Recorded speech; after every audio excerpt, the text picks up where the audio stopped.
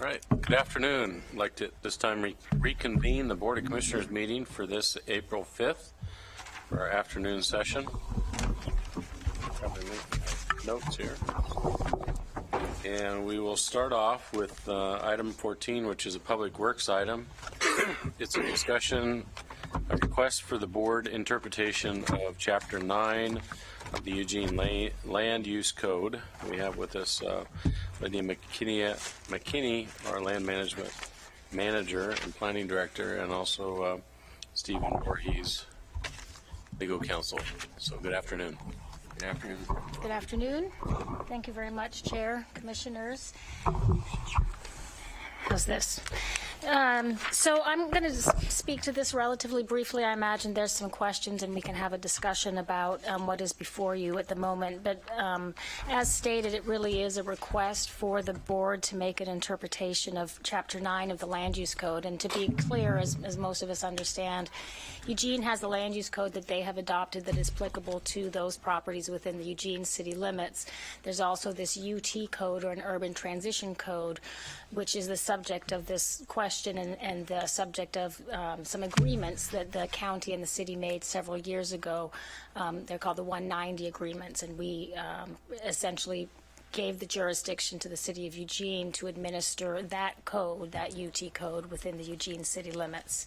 So the question before us today, really, I'm going to break it down into the policy issues that we put into the board packet, and the first question being, does the board have legal authority to issue an interpretation on the Eugene Code, which again is applicable within the urban growth boundary? And as we've stated in the packet, the planning director and county council do not believe that the board has the legal authority to do that. Again, in the I-90 agreement, the 190, agreement, it does specify that the board has the authority to resolve disputes with regards to the agreement, but we do not believe that translates to having authority to interpret that actual code. Further, if we look at our Chapter 16, and Chapter 16, it gives the board authority to do code interpretations. We have a formal code interpretation process. And if we look at that language specifies that the board has the ability to do code interpretations for Chapter 16. And then again, if we look at Chapter 10, there's also some language in Chapter 10 about ceding the authority to the city of Eugene to apply the code. And then there's, again, there isn't any direct connection for the board. So again, those are sort of the high level reasons that we're making that statement to you. The second question then is would it be appropriate, if you did have the authority, would it be appropriate to issue an interpretation? And the concern, I think, that is coming to you from staff is, again, it really would open up those 190 agreements, we believe, because if the board chooses to make an interpretation on this particular section, it really says, well, the board is willing to make interpretations of that Eugene code. And again, just to clarify in terms of how we do our work, we imagine that when planning staff is having discussions with people, providing guidance to people, people ask what is the specific process to follow, essentially we're making code interpretations all the time. So Lane County staff, as we apply our code, we're interpreting it. Again, mostly it's clear and objective, there aren't questions, but again, the City of Eugene staff for decades now have been applying and interpreting that UT section of the code. So to do something different than that, again, I think it's a much bigger policy question that we would want to have a discussion with the board about. And then the final question here is, are these questions that are posed suitable material for a code interpretation request?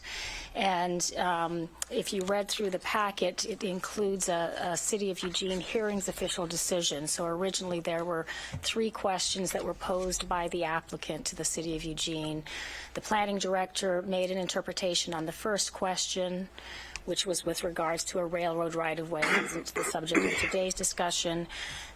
That decision was appealed to the hearings official. The hearings official reversed the planning director's decision in Eugene with regards to the railroad right-of-way question, but then also he provided an analysis of those other two questions, and again, in his findings, he determined that it was not the questions were not properly answered through a code interpretation.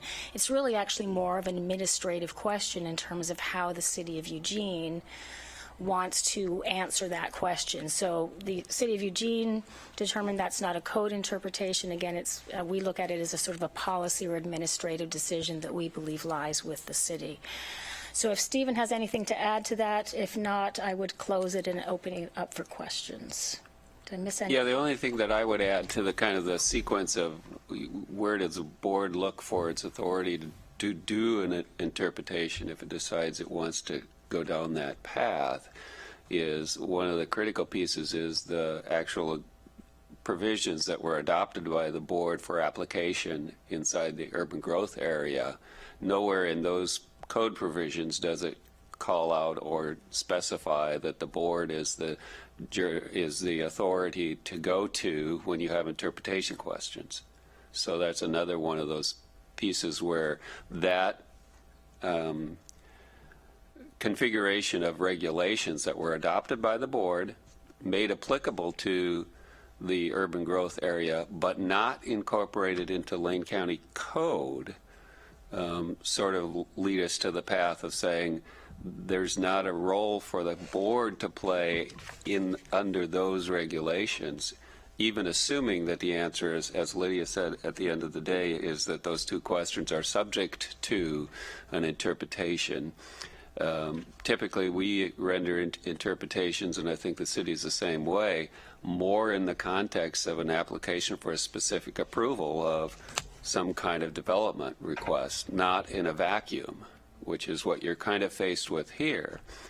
And so it leads you kind of to the end of the discussion of if you were to take steps to render an interpretation of what the code says and how it should be applied, what's the legal effect of that, and how does it get implemented when the city has been delegated the authority to apply and administer those code regulations? They could simply take that as an advisory opinion, not necessarily binding on their decision makers if they get an application that brings up that question. So that's the only thing I would add. Okay. Questions? Comments? I got half a dozen, Good. at least. You like to start, Commissioner Bozovich? So let's go back to the original intergovernmental agreement between the county and the city. That agreement gives authority to the city to administer the land planning process in this area. Can we grant our legislative authority in an IGA? No, and I don't think you have. You've retained all the legislative authority to articulate what regulations should be in place. And so you've not delegated legislative authority, you've delegated administrative authority. Correct. Okay. I just want to make sure that's clear, because that's what we're really being asked about, I think. Did we also co-adopt the code? Actually, you adopted the code that was developed by the city of, Right. So and, they and could made it applicable. because we have to have the code in our code in order for us to give the administrative rights to enforce that code. Right, and we have in our chapter 10 we have a reference to those regulations that we adopted and made applicable, and it specifically says the city has the administrative authority over those provisions. So which leads me to the question. So it's in our code. We don't have the ability to interpret our own code. there's a reference to it in our code. Those provisions are not in our code. Minor detail, but I think in a general sense, you could embark on a path that says, we're going to tell you what we think this means. But at the end of the day, what effect that opinion has will be limited, because the city is ultimately going to be called upon to apply the provisions of the code.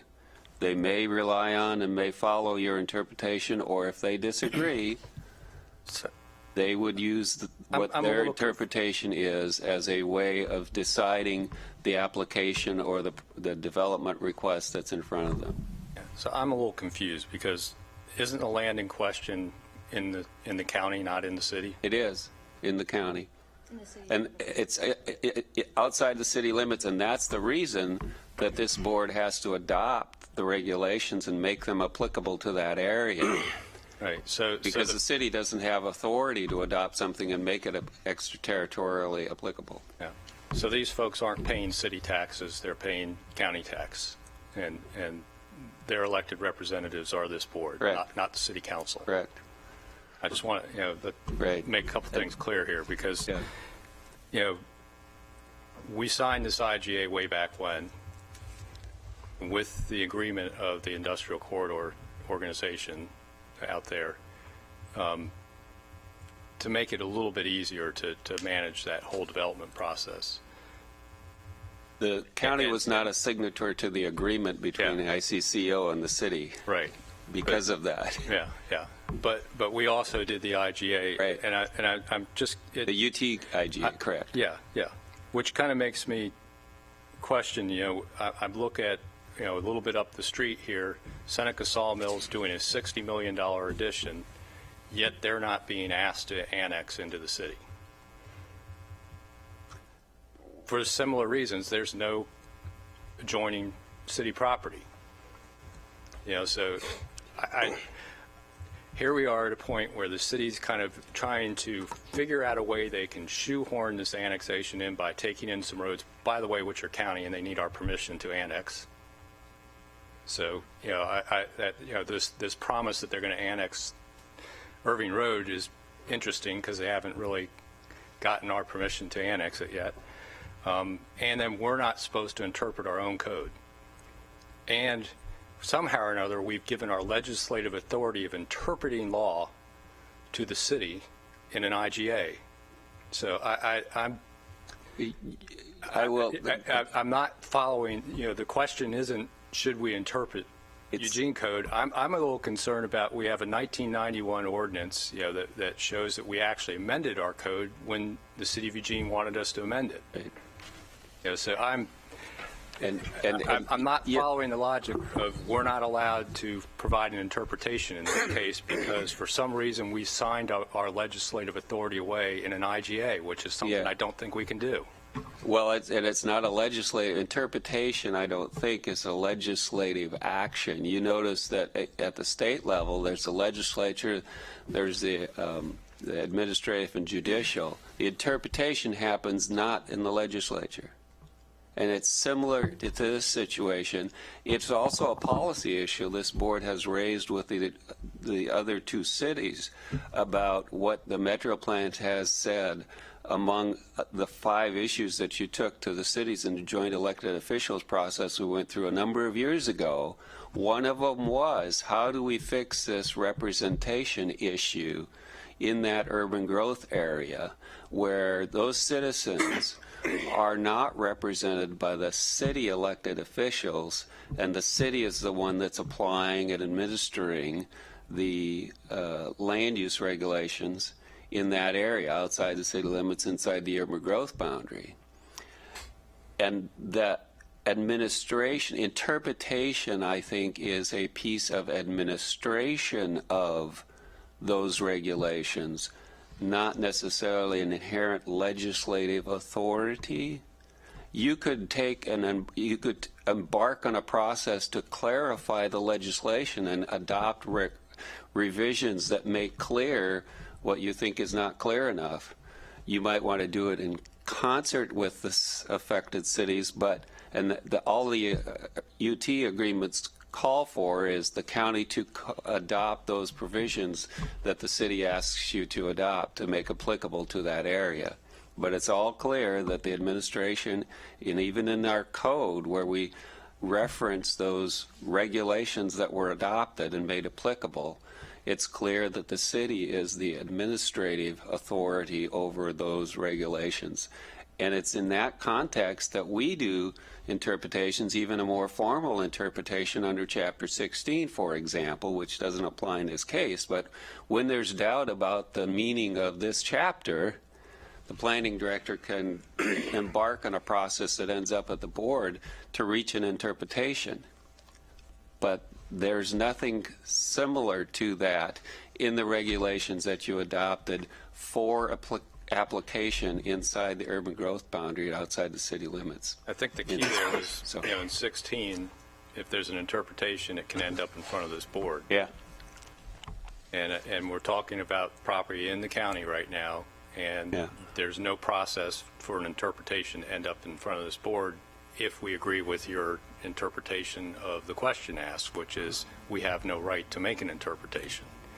So we're basically saying these folks, because we signed an IGA, they have no say in and how they're legislatively dealt with, and I still feel that interpretation borders on legislative. Let's take a simple example. We have an IGA with the city of Veneta to provide police services through the sheriff's office. We enforce city violations through there. Do you think the sheriff's deputy is allowed to make interpretations of the city code about violations? Do you think the city would be okay with that? That they can decide exactly what they really meant, and be judged? Or do you think they'd rather have their court municipal judge make the interpretation of that? Well, that's the decision maker that's set up in this process. They have, Right. through an IGA, we have administrative enforcement capabilities, but we don't have the right to interpret Well, you make city law. Right. That's the municipal judges. We just charge somebody. Right. Ultimately, it's up to the judge, and that's what the system and what has been set up for that. So, So Yeah. what you're saying is, even though this is county property, we have no role as a judge in this. Even The way it's- that our IGA completely took away our ability for our legislative power to provide the final ruling and interpretation. Because in Chapter 16, we're the final say on interpretation. which is applicable to the Lane Rural Comprehensive Plan, not the urban growth boundaries. But it also is, that's the way that IGA was drafted, and the code provisions that were adopted by the county have been drafted. Could that change? Sure. So- But it was not Let me ask a included, follow-up I question. think, in those adoption processes or in the IGA. The closest we get to any kind of a dispute resolution is there's one in the IGA if we disagree on how the city is administering the IGA, but that's as far as it goes. And that goes through another formal process where the ultimate arbiter is not necessarily Lane County. So at this point, we couldn't say we don't agree with the city's interpretation that there's required annexation in this case? You could certainly say that. I'm not telling you, you can't say it. So we're allowed We'll- to say that, but It we're not will, allowed. so- it will and not what your- have legal, What your staff report says, we're not allowed to interpret Eugene code. it will not have the legal effect that you would hope it would. That's what we're telling you, I think, is the difficulty is if you go through a process and reach a result that says we disagree with you, city, here's what we think this means, that would give them simply an advisory opinion that would not compel them to follow that interpretation, So I think. this particular IGA, what's our ability to pull out of it? And how It's long the would that same take? one that you talked about in the Is it a year's Metro notice? Plan.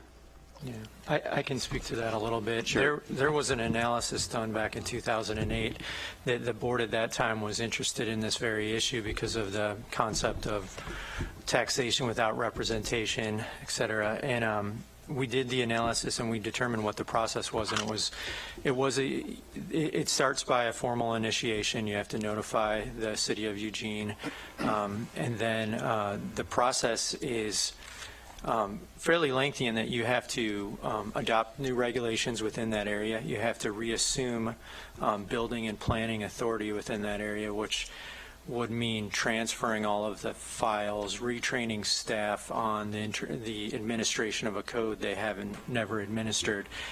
We had some figures in the 2008 packet, which aren't up to date, but the initial costs were around $500,000 to implement it, and then there was about a $200,000 a year additional cost because we'd have to bring on more staff to administer and regulate this other area. So there are some financial costs that were reviewed by a previous board on this issue.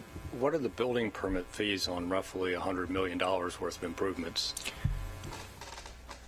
I'm not qualified to answer that, but I assume there would cover some of it, but that would be a one-time income, and we'd be on the hook to administer the codes from here on out within this area. And I will note, I mean, it would be a large undertaking for our department. This has been something that, when I was at the City of Eugene, I was aware of, and obviously I'm aware of it in terms of being here in the planning department in Lane County. It's a lot of work that I don't think the City of Eugene gets their money back. And as you know, they have a different funding structure than we do as well. So it would require, I think it would require a significant relook at how we would be funding that service. I think the city was more than happy to collect more than $2 million on the Cogen project, and I don't know what their fees are on the current upgrade out at Seneca, but they've managed to allow that to move forward, without a lot of issues. Yet for some reason, PacTech has become this sticky thing where they're trying to force, a square peg into a round hole, and we're being told we have no ability to make any interpretation on something where I don't think we've really given up. I don't think we can even delegate as a governmental entity legislative authority. We can delegate administrative authority, but we can't delegate legislative authority. And that might be the final question, I think, for the board to grapple with then is, because as Stephen Voorhees says, and I concur 100%, that the interpretation of the code is not, I understand your point about it being within Chapter 16 and that giving you the final say, but code interpretation in and of itself I do not agree that that's a legislative authority. So I'd also just add that, Commissioner, you've mentioned that the authority was transferred through the IGA, and Stephen did kind of cover this, but the board actually adopted provisions in Lane Code Chapter 10, and I have those in front of us, and it says, the City of Eugene shall have responsibility and authority to administer its land use regulations on the urbanizable land within the Eugene urban growth boundary. So it wasn't just codified in the IGA. The board at that time actually adopted an ordinance to provide that authority. The key word is administrate, though, not legislate. If we keep coming up with that same word, administrate, and understand what administrate means. It doesn't mean legislate. Right. And yes, there is, I think, minor interpretations of code and legislation that can be done at the administrative level, but when they rise to a level of being a legislative action, and I think the determination to figure out some way of annexing a property that has already been determined not to be contiguous, which was, I think has been really clarified by the state legislature about when you can annex something. It has to have a contiguous boundary with the city. That seems to be a legislative matter, not just a matter of an administrative interpretation. Well, that whole debate and discussion was done in the administration of those laws, and those laws were part of the interpretation that was reached on the first question that was brought to the city.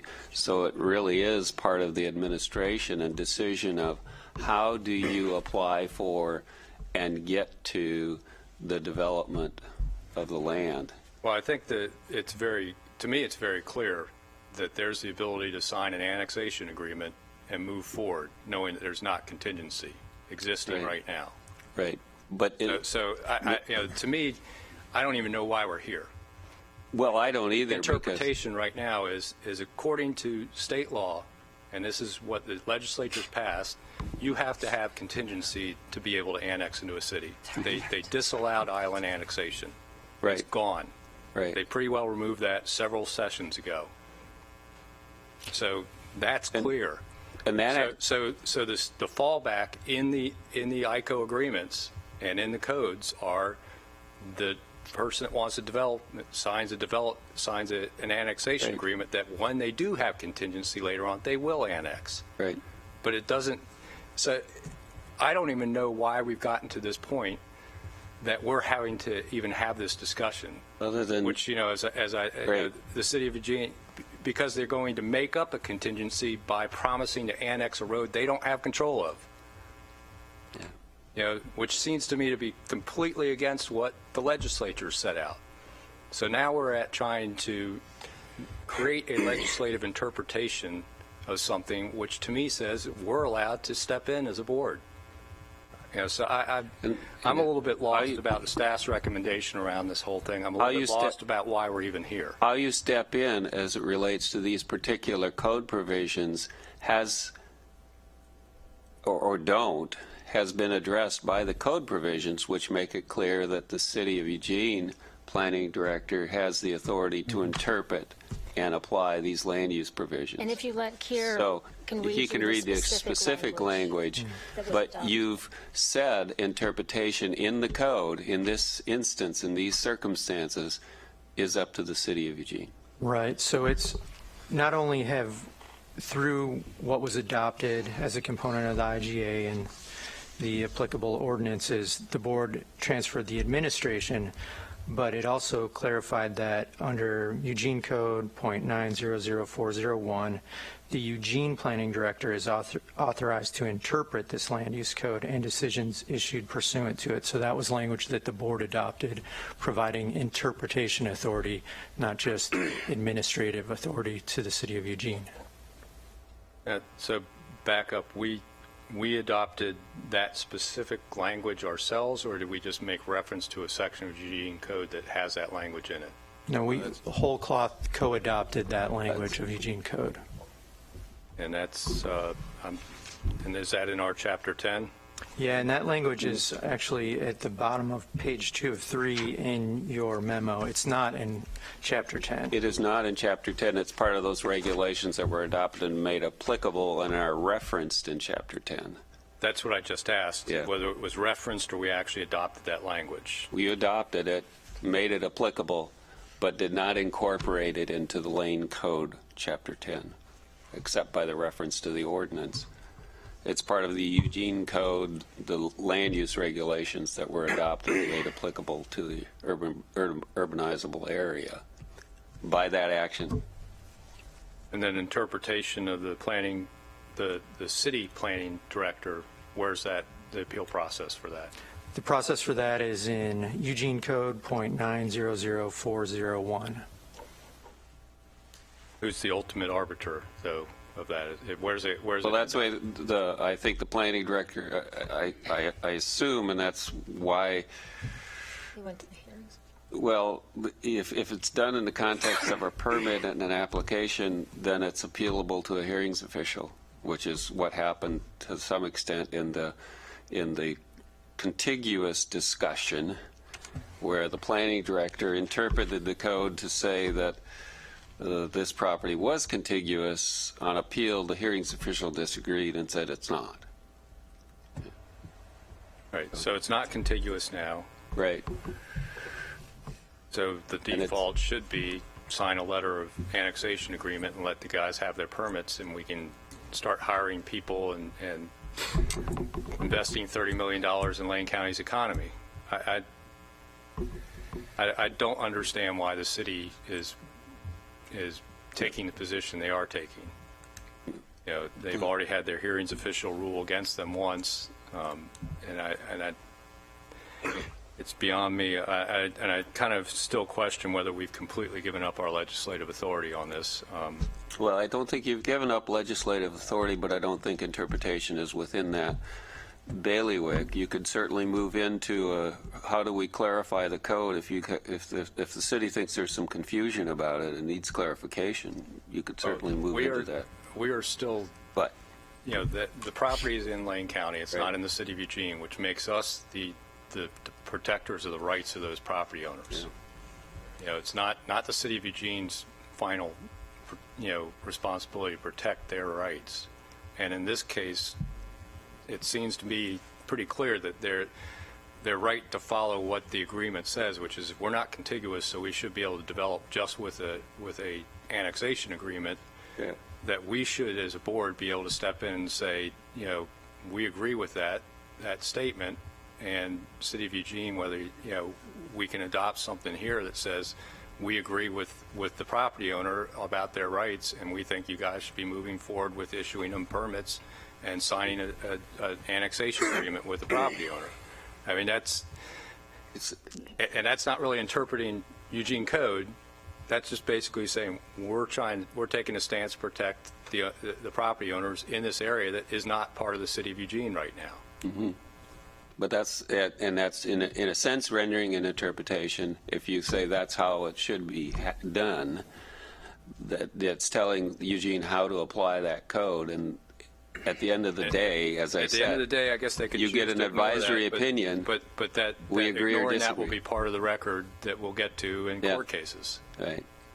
That they ignored the underlying authority of the person that granted them administrative authority in the first place. And that's where you'd have this argument, maybe in front of LUBA, maybe in front of a court, over what's the role and legal effect of this board's rendering of in an the opinion. meantime, Yeah, Tech exactly. decides I mean, to move somewhere else, and we lose, hundreds of million, 300 jobs and $100 million worth of improvements. That's ultimately what happens here. So it's really sad we're sitting in this position because the city of Eugene's being so insistent on trying to annex something they don't have the right to annex at this time under state law. Okay. Other questions, comments? Just a clarification, Sure. if I may. I'm a little confused also. So the city of Eugene does not have the right to annex this. Is that right? Because it's not contiguous. I haven't looked at it in detail, but if it's not contiguous, then under state law it's not annexable. And they're saying, But- and the planning director is saying that they are annexable. It is Well, annexable. I Who's the think- planning director? If you want to hear from the city, you've got representatives here from the city and from PacTech. You can certainly hear from them. I can tell you that, if there's a way for them to move towards annexation, they may say that's what you ought to do, but if not, Steve, then you're talking kind to of you, not left to them with. right now. I've talked to them for 10 years. Well- But please, let's get to my questions Right. rather than talk around my questions, please. Okay, Right. A couple of real simple, direct questions. Right. They cannot legally annex as it sits right now. Is that correct? If Or no? they're not contiguous, and in my understanding of state law is they That's a cannot annex. yes then. Yes. They're not legally, okay. But they want to, and they say they're going to, even though it's illegal. And the planning director said, well, we don't care if it's illegal. I'm saying that we can do it. Who's the planning director? Who is the planning director? It's Robin Hostick is the Okay. Eugene Planning Director currently. Okay, so. And I don't know what so they've how said. am I misinterpreting that? They're going to annex it, but The applicant wants to develop the property, and the question is, does that require annexation? And generally it does, and so they've gone through the process to try and annex and be able to annex, and that's why there was the question of the railroad right-of-way. If the railroad was considered right-of-way, they would have had a path to annexation, which is what the planning director originally determined. Here is your path. And then the hearings official said, actually, the planning director was incorrect. The railroad right-of-way is not public right-of-way. Therefore, the applicant is not, per state law, able to annex. And then the question becomes, because Eugene has this process of if you cannot annex in some areas, you can sign an annexation agreement. Right. So again, the question before us today is, how should Eugene apply their annexation agreements? Which Provisions. Yeah. those provisions. And again, I do not disagree with what I've heard from Commissioner Bozovich in terms of, not understanding their procedures, but again, it's not our call to make. So Eugene has actually given the applicant a path and a means to appeal and then get that question answered, and it's to submit for the permit. I believe that was what the hearings official had suggested. That doesn't really fully answer my questions. I mean, you say that what it sounded like you said is, no, it's not legal, but they're trying to make it legal.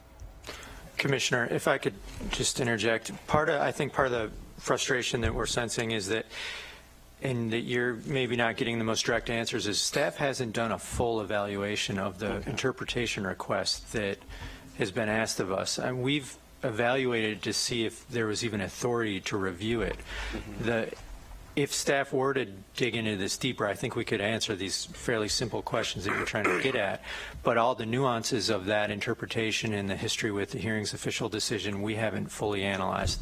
What we came here prepared to do today was to discuss what route the board has to interpret this code, if that's even feasible. The Land Management Division, as you know, is a fee-supported division. We have a process and a formal process set up to issue interpretations and to process those interpretations to the board, right? And this application didn't come to us through that formal route, so we haven't actually done the analysis on it yet. It's been more of a higher level look at whether or not the board has authority to review this type of application of the Eugene City Code.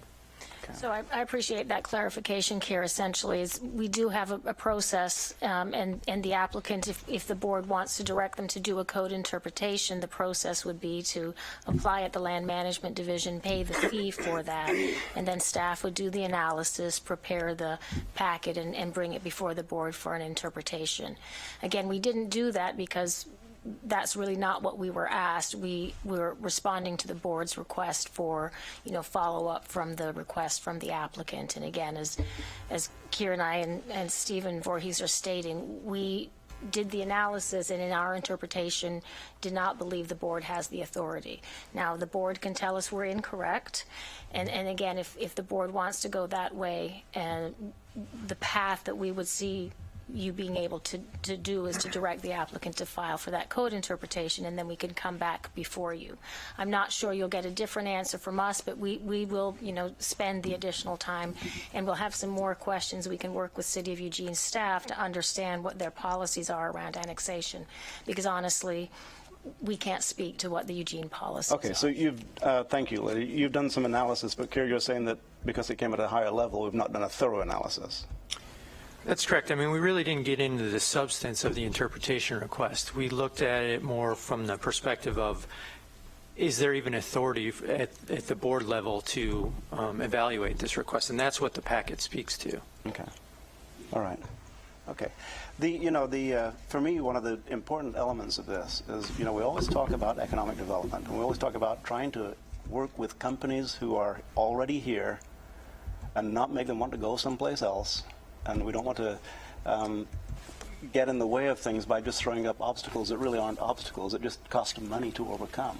And what I'm looking for here personally is a simplification of this to see what is it that we can do to overcome the obstacles that seem to be they're in the way of this company from developing, adding more jobs that really just seem to be almost a whim. As the planning director already said that the railroad was right of way, and then determined to be wrong. So right now the planning director said that they can move forward with annexation. So we don't really have a history of the planning director having the correct opinion. Am I wrong in that? I mean, am I misreading something there? Well, in this particular case with PacTech, I think you've got an indication that in that case, the planning director was wrong. That's not necessarily a conclusion you can draw from every decision the planning director reaches, but Sure. But they've been wrong before. yeah, that's sort of the nature of the business. And in the meantime, we have a company that wants to put Right. Lane County residents to work at pretty high wages, and it's just being dragged out and dragged out and dragged out. Okay, how do we stop it from being dragged out? What do we do? That's outside of my legal advice bailiwick for you, I but guess maybe simple, but you're not engage gonna- directly with the city Well, maybe in one- conversations about I'm what sorry. to do and how to get there. I'm sorry, didn't mean to cut you off, but one of the considerations, maybe to start with, maybe there's a formal letter that we could bring back that the board could sign to the city of Eugene, providing your strong support for helping this applicant move through the process. Again, it's not the same as coming forward and saying, we've interpreted your code, you shall do this, which we believe wouldn't, that would not, we don't believe would have authority to make Eugene do that. So it may be just as effective and less of a drawn-out process for the board to consider writing a letter. And if that's something you're interested in, I'd be happy to draft something. And that's a back. potential avenue. Now, which code are we, is this Lane County code or a City of Eugene code that we're interpreting here? Well, we're not interpreting the code. No, We are- which code is being interpreted? The applicable Is it Lane code is- or Eugene code. It's Eugene code that's been co-adopted by the So city. it's in Lane by the County, it's not in, Well, remember, it's Right. within the urban growth boundary. So in Eugene and Springfield, inside the urban growth boundaries, we have these agreements that says we transfer authority for building and land use administration to the city of Eugene, and also we do that in Springfield. So, and that's one of these areas. So again, we believe that through this agreement, we said, okay, all building permits, all land use decisions are done through the city of Eugene, and it's been that way for decades. And so the code, the lane code, we don't have any code authority within Eugene's urban growth boundary. We don't have any land use or building code authority. We do in the small cities because we don't have those agreements with the small cities. And so in the small cities, on the unannexed properties, if an applicant wants to develop that, they do come to Lane County, and that's when we apply Chapter 10. But in Eugene and Springfield, we did not retain that authority. That we didn't want to have Chapter 10 apply there. We wanted to do something different. So again, it is different in the metro area that we, again, through these 190 agreements that are antiquated, but through those agreements, the board transferred their authority. okay. Thank you. That's clarified things a little bit. Now, here's a more lofty question. Why would Eugene want to slow this down? Why are they slowing it down? I don't. See, I'm asking you for an opinion there. I Anybody in should this room answer probably- that? Why are you wanting to slow it down? Okay, fine. Commissioner Sorensen? I was just looking on Oregon Business News for, I guess it's called the Oregon Business. It might be a magazine or a website, but it says beer handle maker to expand in Eugene, and it's November 15, 2015, by Jacob Palmer. PacTech buys land to ramp up production. PacTech, a canned beverage holder maker, bought more land in Eugene to ramp up production. The company bought property across the street from its existing facility, but needs the city of Eugene to annex its purchased parcel. Annexation would be necessary if PacTech wanted to hook up to city water services. The site is currently part of the Junction City Water Control District, according to county property records. A map filed with the city shows future facilities would cover the eastern half of the long, roughly rectangular lot extending north to an additional lot PacTech bought in December for $294,000. So I'm not sure, it's not clear to me why we would be holding up the annexation if that's what PacTech needs. Well, we are not holding up the annexation. We don't do annexations within the Eugene city limits. Eugene does those. The board has never taken action on a Eugene annexation. I mean, maybe other commissioners know more about this than I do, but my reading of this is that they need to have access to city water services. So to do that, they need to be annexed into the city of Eugene. Correct. I mean, I realize we're talking to you guys about the county's land use policy, which really doesn't apply here. It's the city's. But I'm interested in seeing what we can do to be of assistance to PacTech, and it looks like Eugene, they want Eugene to annex them. Now, maybe that's changed since this was written. I mean, again, what the applicant would like to do is to be able to develop their property. Again, the state law precludes them from annexing with the hearing's official interpretation that, again, said that the right-of-way wasn't, that the railroad wasn't public right-of-way. So again, the state law really precludes the city of Eugene from allowing annexation because of that. So then the question comes down to, because in this ICCO area, which was where we are, the city of Eugene has this ability to sign an annexation agreement. And through that annexation agreement, an applicant can develop a property without the actual annexation. And so that has happened in some places, and sometimes they aren't able to hook up to, city sewer. They might have to come to the county for some septic permits. So again, here the question is, how can the applicant develop their property that they've purchased? And if annexation isn't a pathway, then they're saying, well, what is a pathway? And again, that's the question that we believe you can't answer because it's a City of Eugene question. They have already gone through their interpretation process saying, we don't believe this is even a code interpretation question because it's an administration policy question. There isn't anything about whether or not the code is clear or unclear. The code's pretty clear in this situation. The question is, how does the city administer its annexation agreements, and what is the process for the applicant to go through that? And again, that's something I don't have enough information about to answer for the board. And again, we could come back if you want us to direct the applicant to go through the code interpretation process, pay that fee, we'll do the analysis and bring it back to you. And then again, I think I would recommend that we do this in concert with City of Eugene staff so that we can have the experts of how they administer things within their urban growth boundary here before you. Okay. Commissioner Lycan? Thank you, Mr. Chair.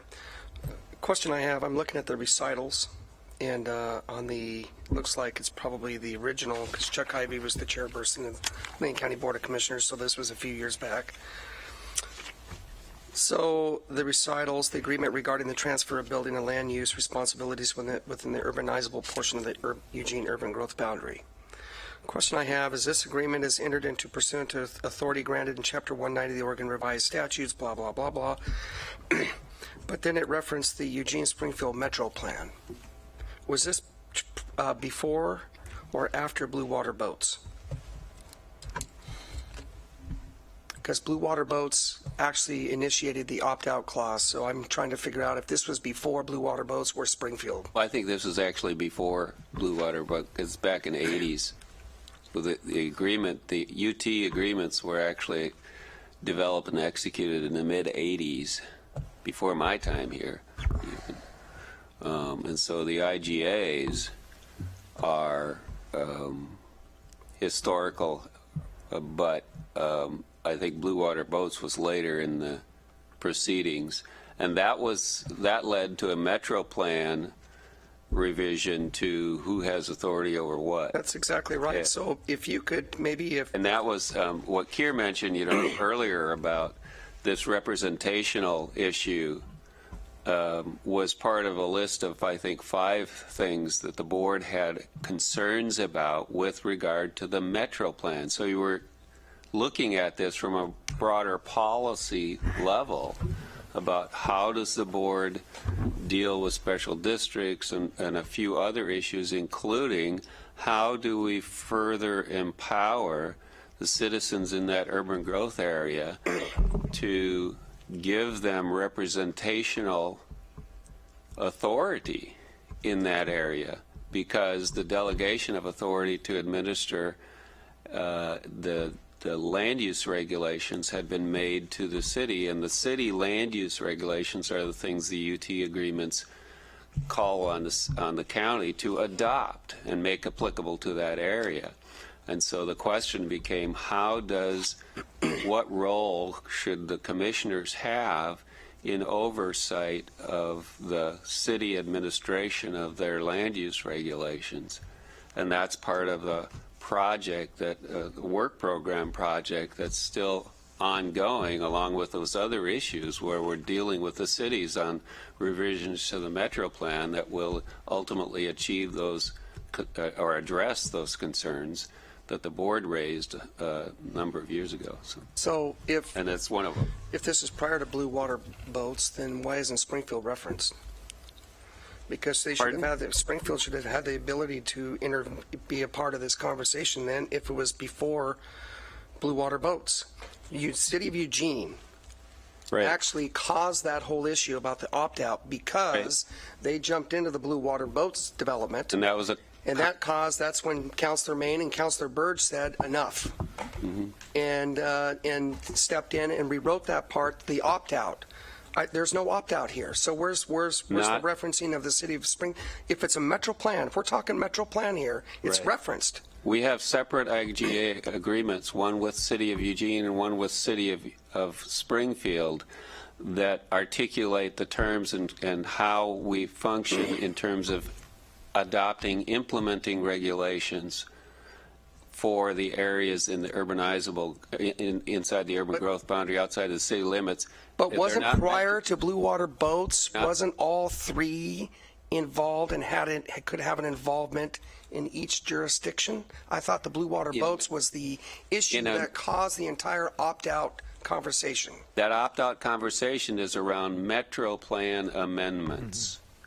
Only changes. Not a Metro Plan amendment. No. Oh, God. This is an implementation regulation that the board adopted to apply to the area inside the cities of Eugene's urban growth boundary. I stand corrected. And so I get it. It was it is solely between those two parties to the IGA. We have one similar to this with Springfield, and if we had this kind of an issue there, we won't anymore because we have a coterminous Metro Plan urban growth boundary, but we still have delegated authority to the city of Springfield to administer its regulations inside the urban growth boundary, outside of the metro city limits. Okay, no, I'm good. Thanks. Commissioner Bozievich. Thanks. So Article 7 of the original IGA is dispute resolution, and it says the city and the county and building officials shall attempt to informally resolve any disputes regarding either party's performance or decisions under this agreement, or regarding the terms, conditions, or meaning of this agreement. Have we had an informal process yet around this particular issue? Because we haven't directed you that there's a disagreement over this. Right. So I think that's the next step. It's right here in the dispute resolution that we need to start that quote informal process with the city that we don't agree with how they're trying to interpret this particular portion of the agreement, that they're interpreting it that PacTech has to annex even though they're not contiguous to city property, and the agreement between ICO and the city says if that's the case, then they sign an annexation agreement and move ahead with their development. So there's a third party agreement going on here that I don't think is being adhered to, and that's part of where. So for me, I'd like to at least direct staff to start that dispute resolution process, because I don't agree with the way the city's going and holding up a development over an annexation issue. If we can't come to that formal agreement, there's actually an arbitration process outlined. To try and of course that's got a cost to it. But at this time, I'll look to my board members before I make a formal motion, but I think we should move to implement the informal dispute resolution under Article 7 of the IGA, and ask staff to try and work with the city to find a way to allow PacTech to move forward under an annexation agreement versus going through full-blown annexation. Lydia? I think I like the idea of trying to resolve this informally. And I might recommend that we try and do it not under this article, because, again, I think if we look at the way that this is written, is it, you would have to tell us what portion of this agreement that the city is not adhering to, because, again, the dispute resolution is specific to the actual IGA. Alternatively, I think, again, I think we would all like to see if we can find a path forward for the applicant. And I am certainly willing to informally contact the City of Eugene Planning Director, work with the Planning Director, their legal counsel, our legal counsel in a timely manner. I would be more comfortable with that and than trying to call out this portion of the agreement, because I think legally we might be more challenged on that. And again, if the end goal is to try and provide assistance for the applicant, maybe we can start down that path. If you want to incorporate it into this agreement, I would focus on the two questions that you've actually formally been asked to answer, which is, which form of agreement should we use? That's sort of the focus of the question that came to you was, okay, we're not contiguous. Which form of agreement should we use for an annexation agreement? Is it the ICCO one that's attached to and referenced in our code, in one provision of a code in the Eugene Land Use Code, or the general agreement that's in the general annexation code provisions? And that, to the extent you want to have that dispute resolution be part of the vehicle for the conversation, but I agree with what Ms. McKinney has said, is that doing something to try to make things happen quickly, informally, is the best outcome you can hope for, because if you're going to do an interpretation, as you can tell, it would take some time to render that interpretation, and at the end of that process, it's unclear how effective that would be in compelling a certain result at the city. Yeah. So I want to add two things. One is the dispute resolution is not purely about the agreement, because the way it's worded is very specific about either party's performance or decisions under this agreement, which we specifically in the agreement delegate the ability to administer land use law. So those decisions in that administration are part of the dispute resolution. It's not whether the agreement's under dispute, it's the decisions made from that dispute. So there is the ability in this agreement to do that. And I do think we need to take advantage of that informal.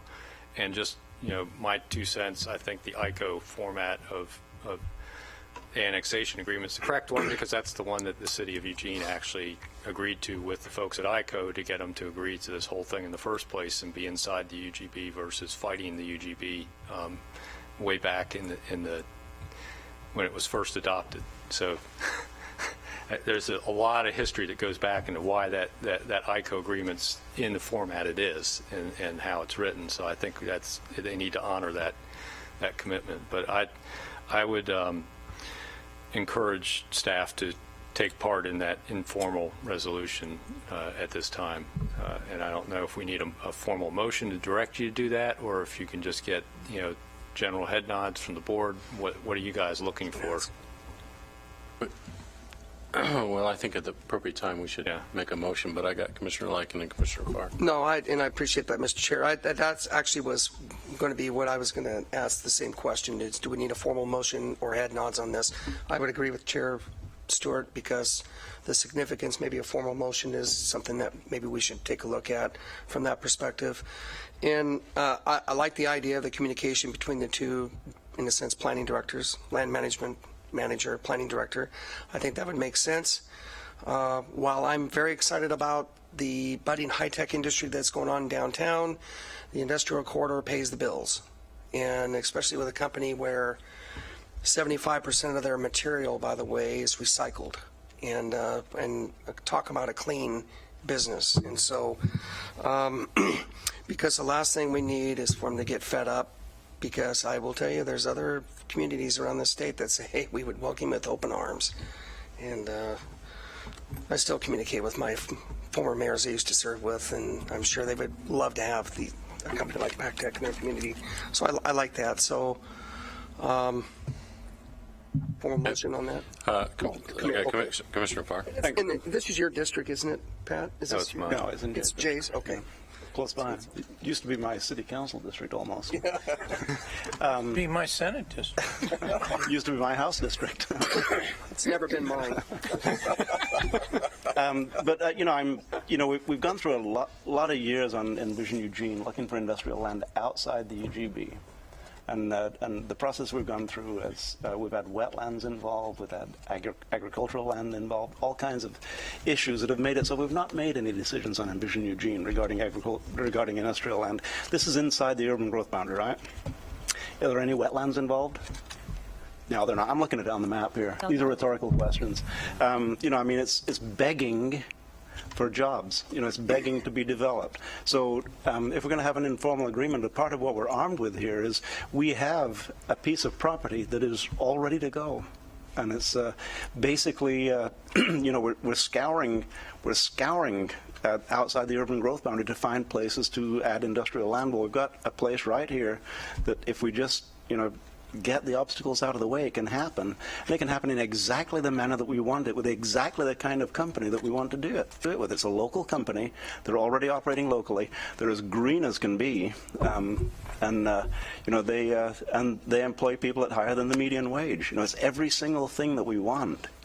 But we're just seem to be a little bit stuck up on the process. So I'd love for you, Lydia, to go and get with Robin and iron it out, get the stuff out of the way and make it so we don't have to hear about it again. So the next thing we know is that, hey, we've just added 75 new higher than minimum wage jobs in Lane County.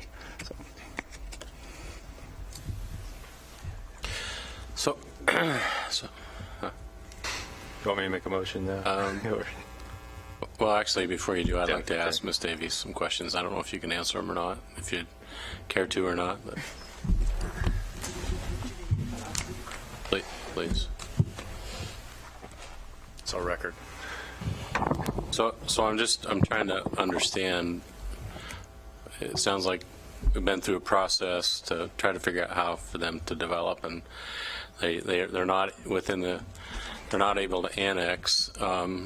So it seems perfectly clear that there's an agreement that the city's been using for years to allow some of this to take place. Is there a particular reason why the city has chose not to just, I know that Tyree's just used it.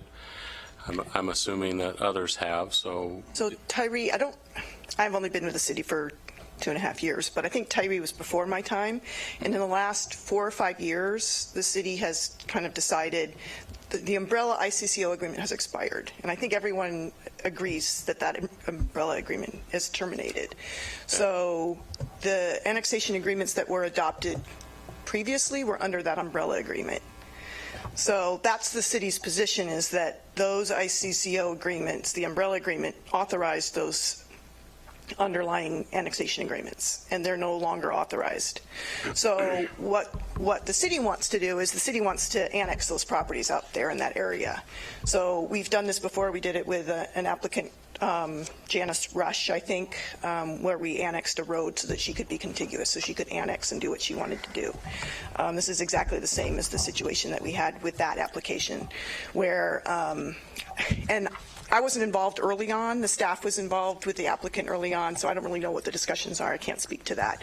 But the interpretation that was requested was a request for an interpretation from the city that the railroad right-of-way was intervening property, and so it wasn't contiguous. The planning director took a position that was contiguous, because if that were contiguous, then the applicant would be able to annex. That was overturned by the planning director, so that took away that option as for annexation. So we've now got this other option, which is a roadway. And as far as Commissioner Farr had asked, do you have authority to annex that county road? I didn't personally look into those issues myself, but I know that staff, I think maybe didn't talk to the county, but the information that I got from city staff was that the county's gung-ho, we would love to annex those. Just a clarification, I didn't ask any questions about the road. Oh, I okay. think it was Commissioner Bozwich. Okay. So that's where we are now, is the LUBA appeal is on hold. The LUBA appeal was the appeal from the interpretation process that went from the planning director to the hearings officer, and then the applicant appealed that to LUBA. That's on hold for a short period of time while we try to figure out whether we can do this annexation that annex a portion of Irving Road and then allows the applicant to annex their property and do what they need to do. So to kind of tease out, you said the agreement has expired. Mm-hmm. So did previous folks that took advantage of that, were they still grandfathered to use the agreement, or is it expired? Most of them occurred while that umbrella agreement was still active. I think there were one or two annexation agreements that were executed after arguably the termination date of the umbrella agreement, but the city has decided in the last 3 or 4 years that it's not going to do that anymore. Okay, so what allowed the ability for Seneca to receive permits and move forward with their most recent, which I'm sure just took place in the last year? Yeah, and that never come across expired. my desk, and I probably could have read about it in the paper and known more than I do right now, but I can't answer that.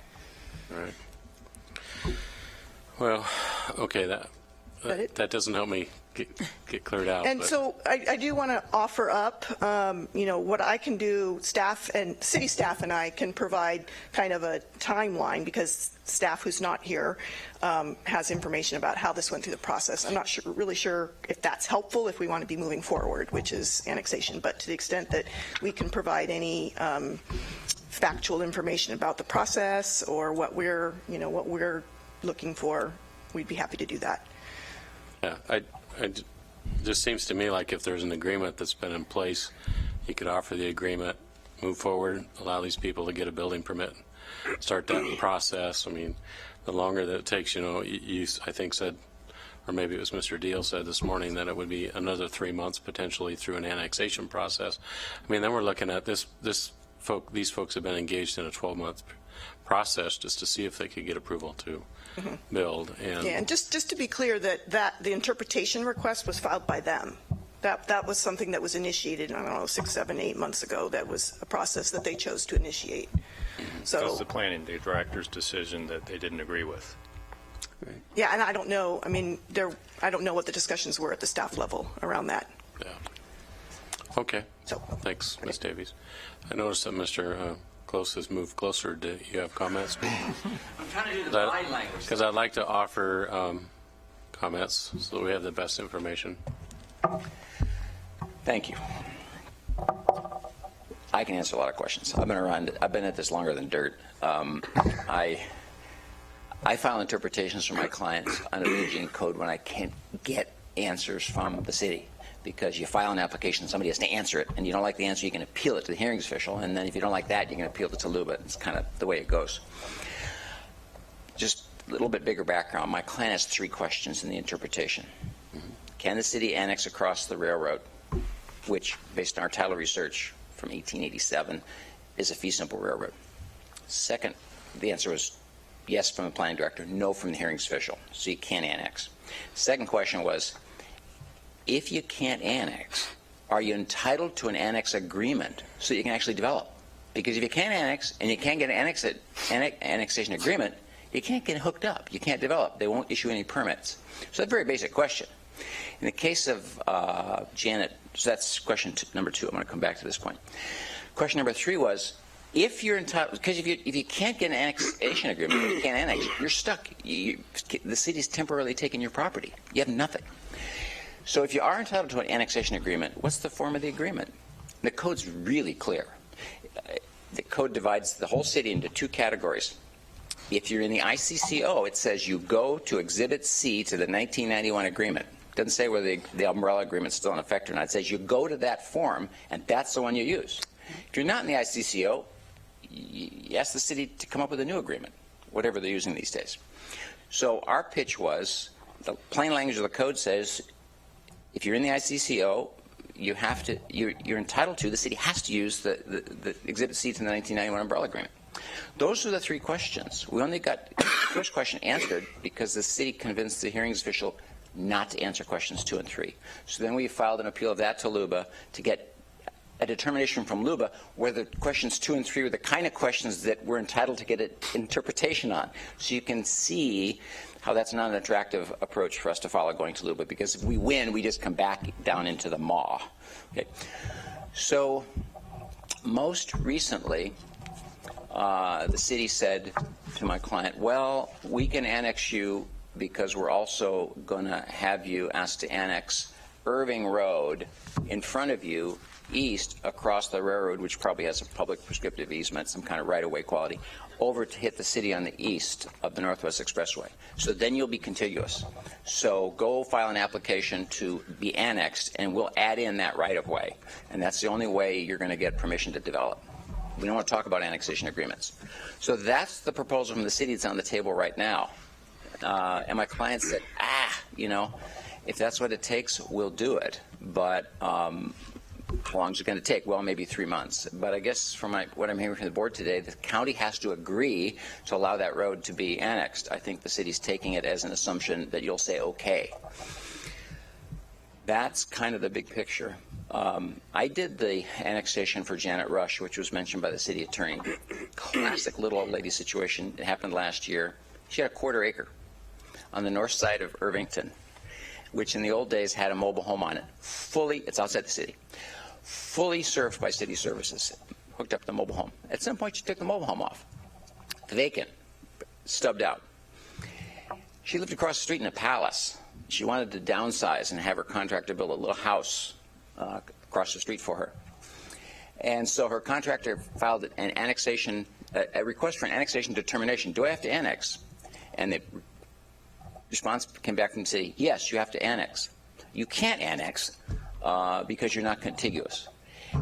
So you need an annexation agreement in order to develop, but we don't feel like giving you an annexation agreement right now. Thank you very much. That was it for her. And so that's when I got that case. And I said, you can't do this. You've taken her property. We don't care. Well, ultimately what happened after some months is this, well, we will let you annex that portion of Irvington in front of your house to the west to where it bumps up to the city. And so I filed that application for her, and the city annexed it. So that's how that one got played out. Not an efficient way to go. This is a much larger scale of the same thing. So those are my introductory remarks. Any questions? Well, we got Commissioner Bozievich, Commissioner Sorensen. Commissioner Sorensen had his hand up first. Sure, go ahead. I was just wondering if you could answer the question I asked about the Oregon Business article. Well, you don't want to believe everything you read in the newspapers. By the way, the citation for that article was the Register Guard. So just no comment. I full didn't disclosure. read the article. The property's not in the city. Okay.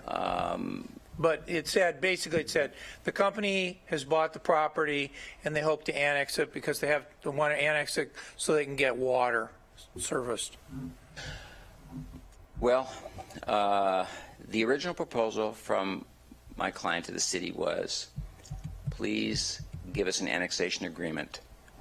We'll sign it so that we can get permits and develop, because we weren't contiguous to the city. Okay. And you now understand that what's happened in the ensuing 7 months. Yeah. Okay. Bill, what else could we do as the Lane County Board of Commissioners to assist your client in trying to get operational? I think I'd rather have my client address that. He's a real person. I mean, I think you're on the right track by invoking the dispute resolution mechanism and by having your staff go talk to the planning directors. But this issue is not going to be resolved at planning directors' levels. It's going to be resolved at the levels of the county council, city council.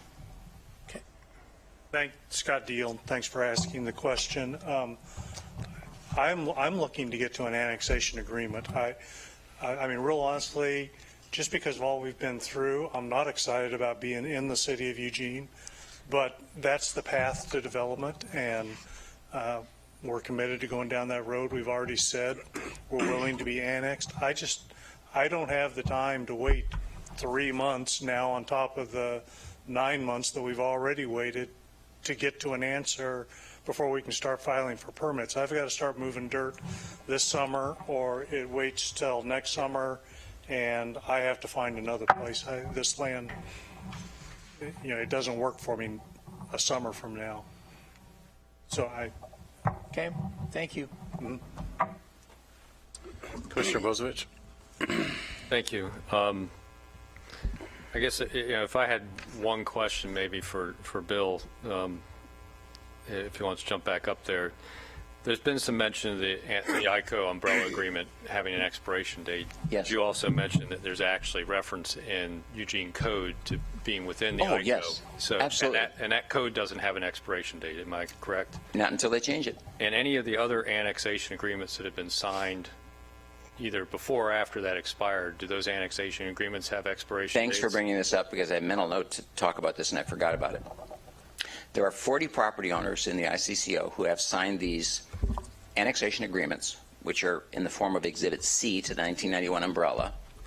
And those annexation agreements, signed by the city, signed by the property owner, recorded against the property, they're contracts. The city, we've understood the city to take the position, and I heard it again here today, that those contracts are now dead because the 1991 umbrella agreement expired after 20 years. Now, I think that position's fundamentally wrong, because contracts don't expire. There's no language in those contracts that said they expire. But that's going to be another very big rub between ICCO members and the city, that the moment one of those ICC owners who has one of those 40 contracts turns around to the city and invokes their rights under that contract, and the city says it's dead. I mean, there you are. That's my understanding how Seneca moved forward with their $60 million, is they already had an annexation agreement from the cogen permitting. I don't think they do. Or maybe part of their property does. Yeah. So I'm not positive, but I understand it. And that's the issue, is those annexation agreements don't have expiration. They don't expire. Yep. And then the code that refers to using that particular format hasn't expired either. It's as plain as code can be written, and it could change. The city could amend that code tomorrow, but right now, today, there it is. Well, and as a land use application, you go under the code as it is the day you apply. They can't go backwards, can they? Correct. So as, PacTech and Mr. Deal have made these applications into the city, it's under the current code, which makes reference to if you're within the ICO, you use that format.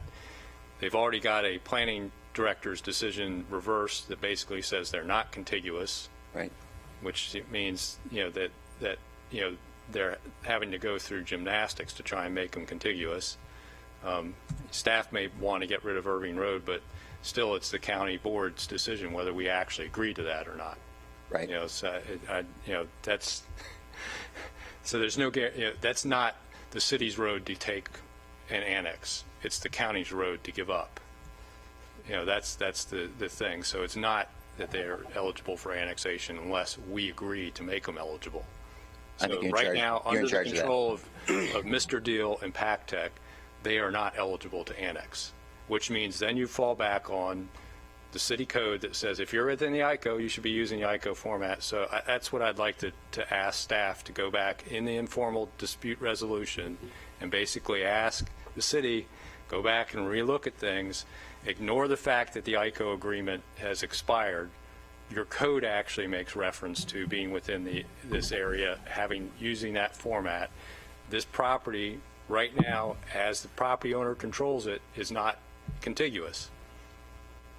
Just move forward with the process and get an answer from them. If they say no, then come back to us and we'll deal with it beyond that at a more political and legal level possibly. But with that, I think we've got enough information that maybe we just need to make a motion to direct staff to use initiate the informal dispute resolution portion of our agreement with the city and try and work to get Mr. Deal his permits and annexation agreement under the current city code. So is that a motion? That's so moved. Second. You have a second. So Commissioner Lycan? Yeah, so one thing that I would encourage as well, and this is from the legal standpoint, all annexation agreements here within Lane County were done by committee. Up until, 5-6 years ago? There was an annexation committee. So all annexations, so the annexations that were being discussed here prior were done by committee. Just asking to make sure from a legal standpoint that those contracts are still solid, and that because they were done in a different way than what the state law changed, that now just allows jurisdictions to do all annexations, because believe me, Peace Health was done by a committee. The prior annexations to when the Lane County Boundary Commission existed were handled by them. I hope you don't want me to look through all of their archival information, but I will tell you in answer to the question. I want to make sure they're solid. There's not a termination clause as such in the form of agreement that's attached to the ICCO umbrella agreement. There's not a termination clause as such. It is in perpetuity. It's recorded against the property. It takes both parties' agreement to modify, and there are certainly remedies for breach of the agreement, but there's not termination clauses, and the intent of those is that they run with the land and they're going to bind all successors and heirs, and there's even authority for the property owner to require upon sale that the buyer sign the agreement as well. And so that certainly sounds like, and I don't think I heard the city representative, Ms. Davies, say that the agreements that have been executed are terminated. It's just that the umbrella that authorizes new agreements, apparently the city view is that that no longer provides the vehicle for those agreements.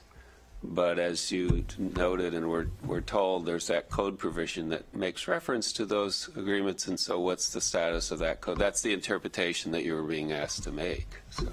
Yeah. Okay, we have a motion. Any further discussion? Note, though, that if we start down the dispute resolution in the process, it can lead to a fairly extensive and formalized process. So just know going into it that that's one of the pieces of baggage that comes along with it. But certainly your prerogative, and it's, I think, a efficient way for this board to articulate its position, and we'll be glad to carry the message. Okay. Well, the motion was for an informal process, and I'm hoping that it can take place quickly and bring back the results, and hopefully Mr. Pactek can move forward with getting some building permits in the near future, make this season. Okay, Commissioner Farr? Mr. Deal said that he can't afford to wait 3 more months, that would be a deal breaker. And I think he used the terms that they'd be looking at property elsewhere. This is all going to happen well within that 3 months, I trust. I certainly will contact the planning director, toot sweet, and we'll try and get back to the board within the next 4 weeks. Okay. To do a report back or sooner. Okay. All right. See no further discussion? All in favor? Aye. Opposed? Passes unanimous. Thank you. Thanks for the discussion. All right. For 20 minutes. I knew that one was going to take. Bring myself back together here. So I will move to item 15, which is County Administration. It's a report in the matter of presenting the Lane County Financial Indicators Performance Audit. We have with us the County Performance Auditor, Shanda Miller.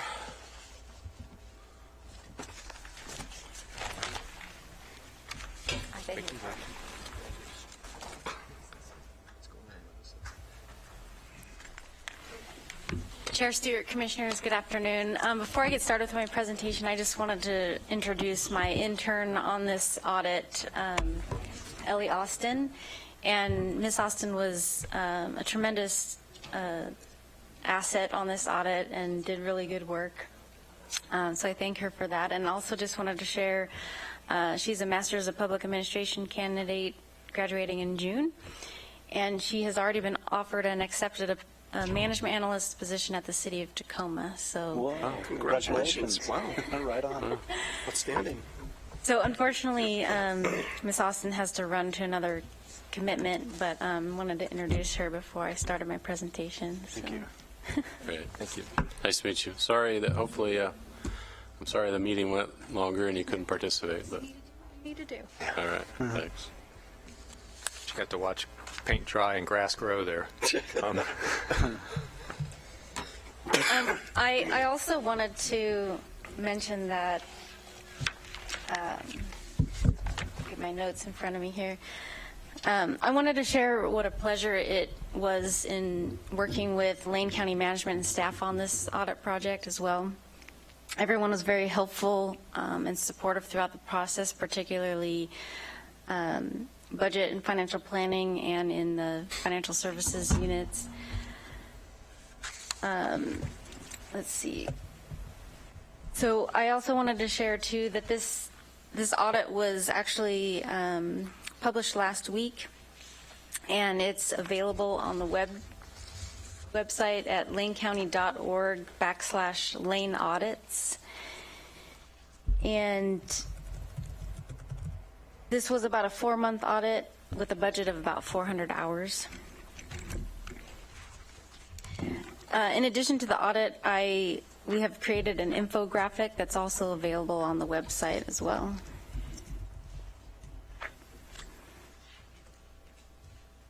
So first, the audit objective was to provide residents and public officials with information on the short and long-term financial health of Lane County government. And the overall conclusion that we found is that Lane County's current financial health is stable. Lane County has sound financial and debt management practices and strategic financial planning. Though declining revenues, growing expenses, and aging assets challenge the county's long-term financial health.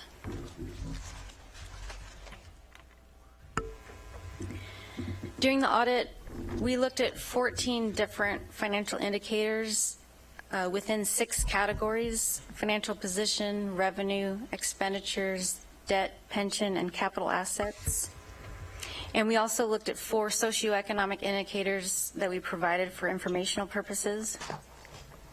Most of the indicators were analyzed over a 10-year trend between fiscal year 2006 and 2015. For the fiscal year 2015, we compared data to 5 comparator counties for some of the indicators, and those 5 comparator counties were Jackson, Washington, Deschutes, Clackamas, and Marion. And the primary sources of information were from the Comprehensive Annual Financial Reports, which is audited by our external financial auditors. Last, I wanted to mention that most indicators presented are presented using constant dollars to account for inflation, which means that the dollar amounts were adjusted for each prior year to equal the purchasing power in 2015. So for the financial position category, there were 3 indicators, and the first one was the general fund balance, and we found that the general fund reserve is healthy. The county has a policy of at least 10% spendable fund balance as a percentage of revenues. And so you can see that the county in the last 5 years has been doing very well with its fund balance.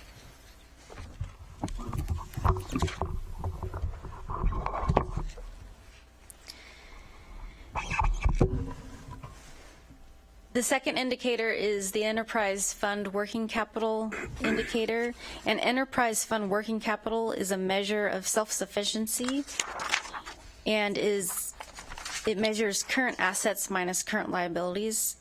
So we looked at the Lane Event Center, and as you can see in fiscal year 2006 and 2007, the working capital was in the negative, but then since then you can see that it's been in the positive and showing that it's self-sufficient. We also looked at the solid waste fund, and you can see that there's, well, actually, I just wanted to share, you would normally expect to see ups and downs within the enterprise fund working capital for solid waste, and this is due to planned construction on the landfill due to cell development. So as you can see, in 2007 and 2008, there's a dip in the working capital, and this was due to work on new construction projects on the landfill, and then you see it going back up. And you would have expected to see a similar trend, but there was actually a gap of 7 years where there was no fee increase, but there was a fee increase in fiscal year 2014, so you can see a slight bump in 2015, and that will likely continue up until the next construction project. But overall, looking good and in the positive numbers. And then there's the liquidity indicator. The liquidity ratio is 1.4 to 1, and you just want this to be greater than a 1-to-1 ratio, which shows that there's enough cash to meet immediate needs. And it's calculated by taking cash and short-term investments and dividing that by the current liabilities. And then the next category of indicators is for revenue, and this indicator shows the general fund forecast out 5 years, and it shows that expenses are growing faster than revenues, and this is not new. You've seen this before. This continues to be a challenge for the county, but we found the county has taken steps to address this challenge. Over the years, the county has consolidated or downsized when necessary, and the county has looked for efficiencies such as using technology. Also, recently, the county has taken steps to reduce the cost of employee health insurance. It has moved to a self-funded employee health insurance model and has invested in employee wellness. The county has also taken steps to reduce its public employees' retirement system costs. It set aside reserves and paid off $6.5 million of its PERS pension obligation bond early. So that helps with future PERS costs. Another indicator for revenue is the property taxes collected per person. And you can see, and this one is adjusted for inflation, you can see that the property taxes per person was fairly flat until the jail levy, as you can see in 2014 and 2015.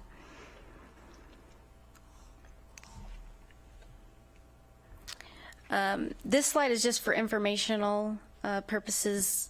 We noted that Lane County's permanent property tax rate is fixed at $1.28 per thousand of assessed value, and this is below the average among all Oregon counties of $2.82 per thousand of assessed value.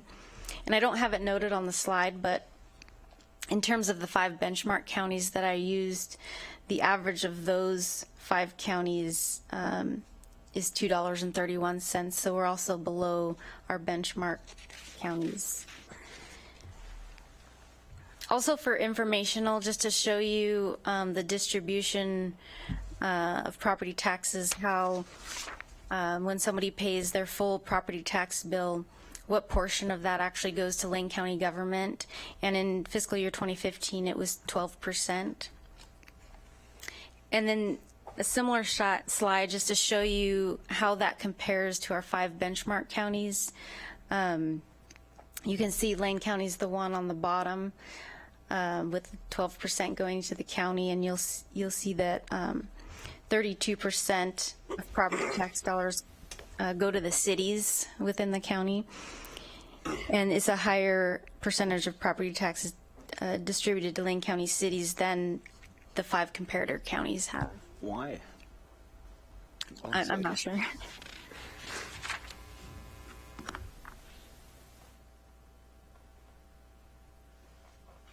And then also for revenues, we looked at the percent of revenues by source over time. So this chart shows you fiscal year 2006 on the left and fiscal year 2015 on the right.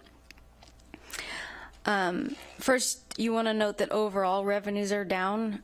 So in 2006, revenues were $274 million, and in 2015, $225 million. Again, those are adjusted for inflation.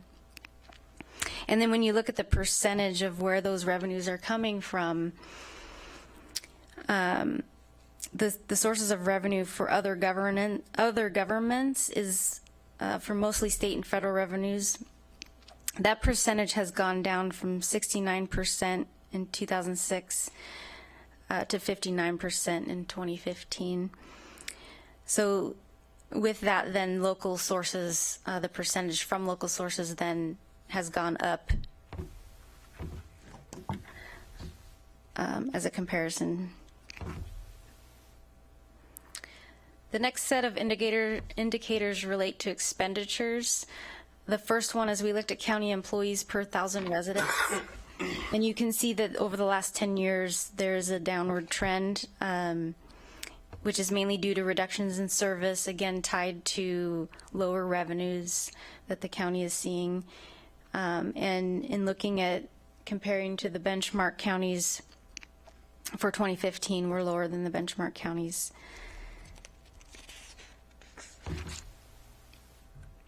The other expenditure indicator we looked at was spending per person, so per Lane County resident.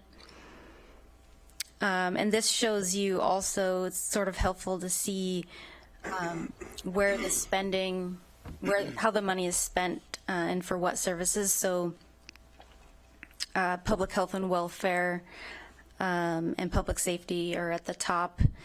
And then the third area is roads and bridges.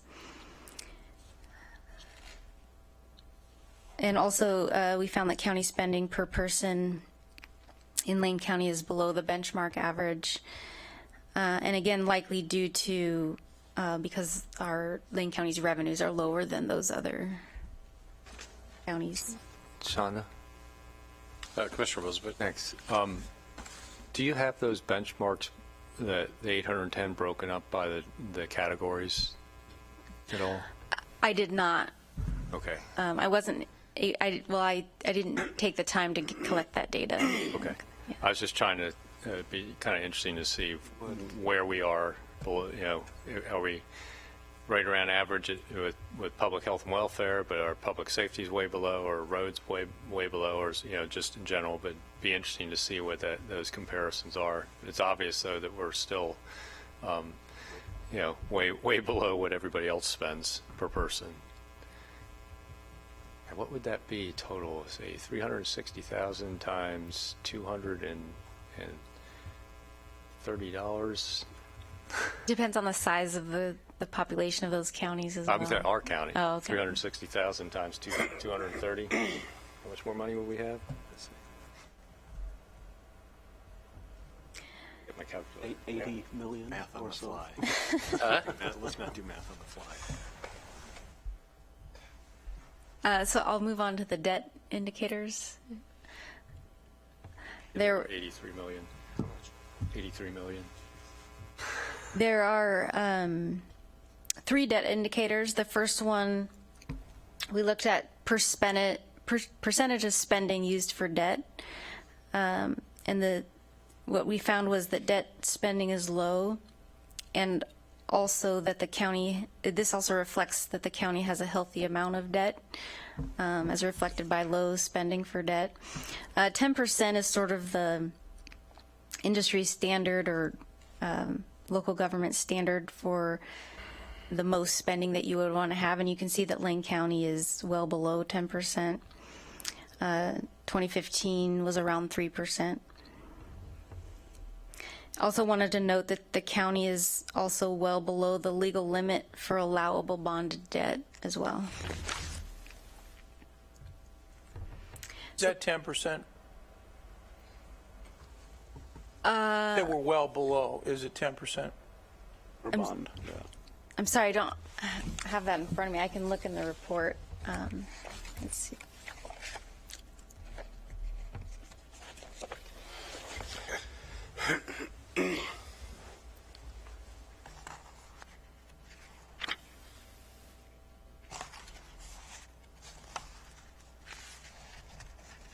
While you look it up, it shows that with $300 per person in Lane County debt. Sorry, I don't note what the allowable legal limit is for allowable debt. I believe that the Financial Services Division will be coming out with a debt report soon, and they should have that information.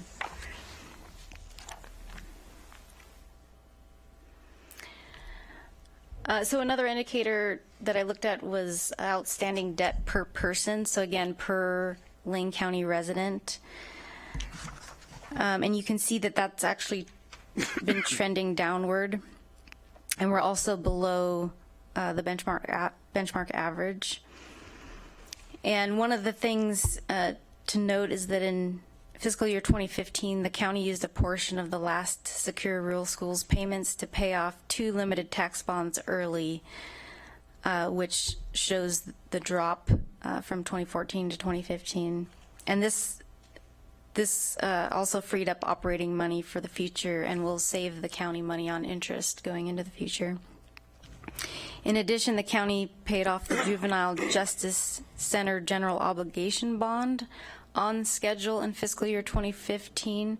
This was a 20-year bond approved by voters in 1995. So that also shows you the drop in the debt per person reflected by that. And then also another measure we looked at was credit ratings. The county had credit ratings from Moody's credit agency. For GO bonds, the county is rated at AA2, and for limited tax bonds, AA3. There's not a lot of difference between those two ratings. According to Moody's, an AA1, AA2, or an AA3 means high quality with very low credit risk.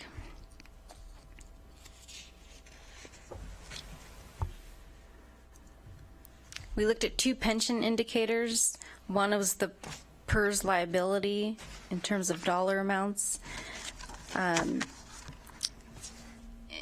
you can see, there's a slight trend upward, and the 2012 and 2013 liability is reflected by the changes that the state made, but that were overturned by the courts recently.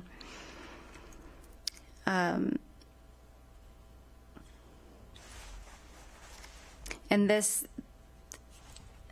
liability can be based on how the stock market is doing in addition to other factors.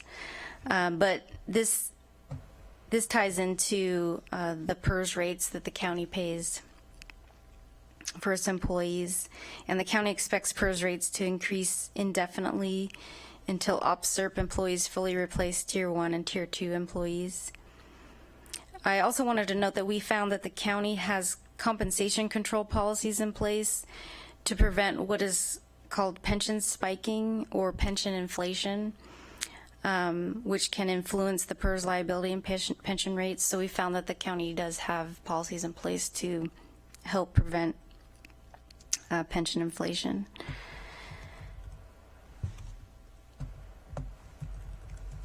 When looking at the PERS funding ratio, 100% being fully funded, the county is consistently above 80%, which is the state requirement that local governments be above 80% in terms of their PERS funding ratio.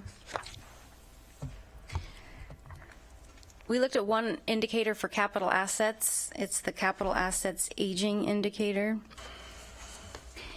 And what we looked for was if there's a trend downward in terms of the capital assets aging ratio, that's an indication that the county's assets are aging. And what we found is that Lane County's capital assets are aging in all categories analyzed. And just to note that this could potentially put the county at risk for significant replacement or repair costs or service disruptions. And just to note, the capital asset categories that we looked at were infrastructure, buildings and improvements, and machinery and equipment. And to note, infrastructure, that denotes roads and bridges.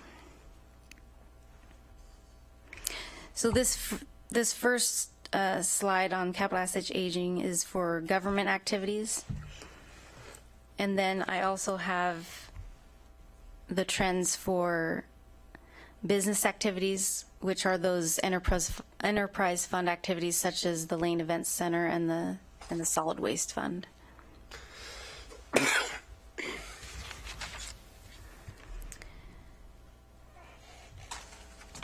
So next, for informational, we looked at 4 socioeconomic indicators. And just the overall conclusion from looking at those, and I'll show you each one individually, but the overall conclusion is that socioeconomic trends are troubling, but economic recovery is expected to continue. Unemployment is down to 5.6% from a high of 13.2% in 2009. And according to the Oregon Employment Department's February 2016 economic forecast for Lane County, they project moderate post-recession growth is expected to continue. So in terms of the 4 indicators we looked at, one is labor force participation. And labor force participation is different than the unemployment rate in that it is based on those who are working or actively looking for work. And in 2014, Lane County was under 60% labor force participation.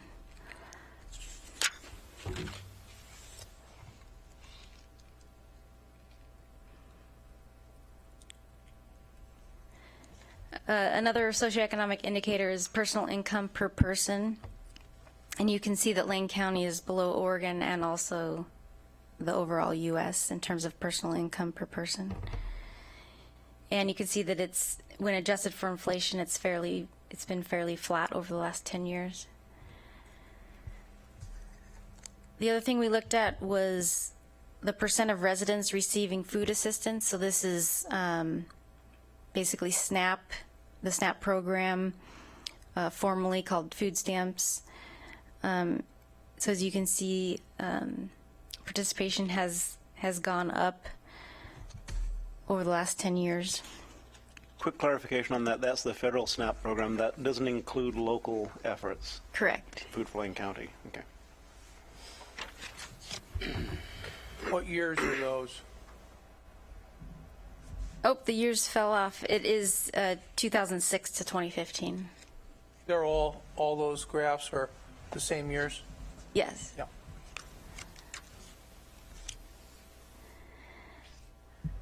So the last one is looking at the percent of K through 12 students eligible for free and reduced lunch. And we found that now over 50% of K through 12 students in Lane County are eligible for free and reduced lunch.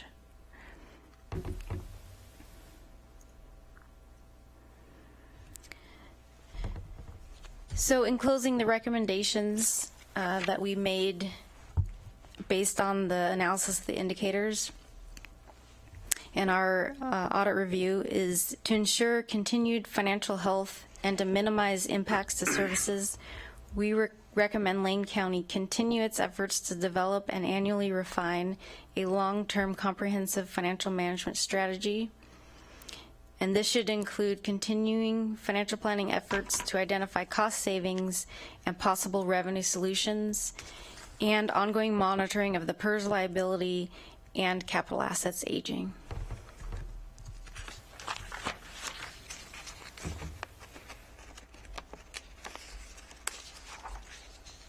And so I'm happy to answer any additional questions. Okay. Questions, comments? Commissioner Farr?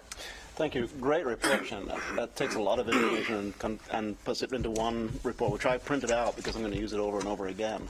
But you know, the most sobering statistic of all, really, if you take everything that you put in front of us, 53% of all kids in Lane County are eligible for free and reduced lunch. What that means is that 53%, that's half of the kids getting off the school bus. When you watch a school bus empty, greater than half the kids are at risk in one way or another, but at risk as manifested by the fact that if they didn't receive free and reduced lunch, They may not know where the next meal is coming from in certain times of the year. And to put that into perspective, and during the summertime, school's not in session, so they don't have free and reduced lunch other than the programs that Food for Lane County provides in parks and 75 other places throughout the county. But the fact is, why are so many kids eligible for free and reduced lunch in Lane County? Well, it goes back to another graph that we have. That's the per capita income, and the per capita income per person, as you put it, and you know, really. And that goes back to something that we talk about all the time, and that's jobs in Lane County, providing jobs in Lane County. We were talking about that a little bit today. We have a company that wants to provide jobs in Lane County that's going to elevate that per capita income. And we find ways to get in the way of that all the time. And we find reasons to slow down job growth. I mean, all kinds of reasons. That we don't want that road there. You know, we don't want that land rezoned. We don't want the urban growth boundary expanded. We find reasons to prevent job growth. But the bottom line is the graph that shows 53%, more than half of all kids in Lane County, are at risk for their next meal, particularly when school's not in session. That's what we're talking about when we talk about reducing the ability of companies to add jobs at higher than the per capita income rate. And not to turn this into that particular message, Shannon, but really the financial indicators really are an indication of how are people faring in Lane County. And people are not faring well because we don't have the jobs to support people faring well, because we find all kinds of reasons to slow down people who want to add jobs, to slow down their ability to add jobs. But that being said, this is a great report. It really covers a lot of ground, covers a lot of information. And when you compare us to the other counties, and the calculation that Commissioner Bozovich just made, $83 million if we were just at the same rate as the comparative counties, that's how much more money we'd have to spend every year. But we're not. And we can talk in a different session about why are we not at that rate. We can also talk in a different session about why does Marion County give its cities about half of what do cities in Marion County get about half of what cities in Lane County get from the property tax receipts. We can talk about that at some other time too. But all of this goes into the fact that, I mean, if you have to have one sobering thing to look at, half of the kids in Lane County are at risk of their next meal.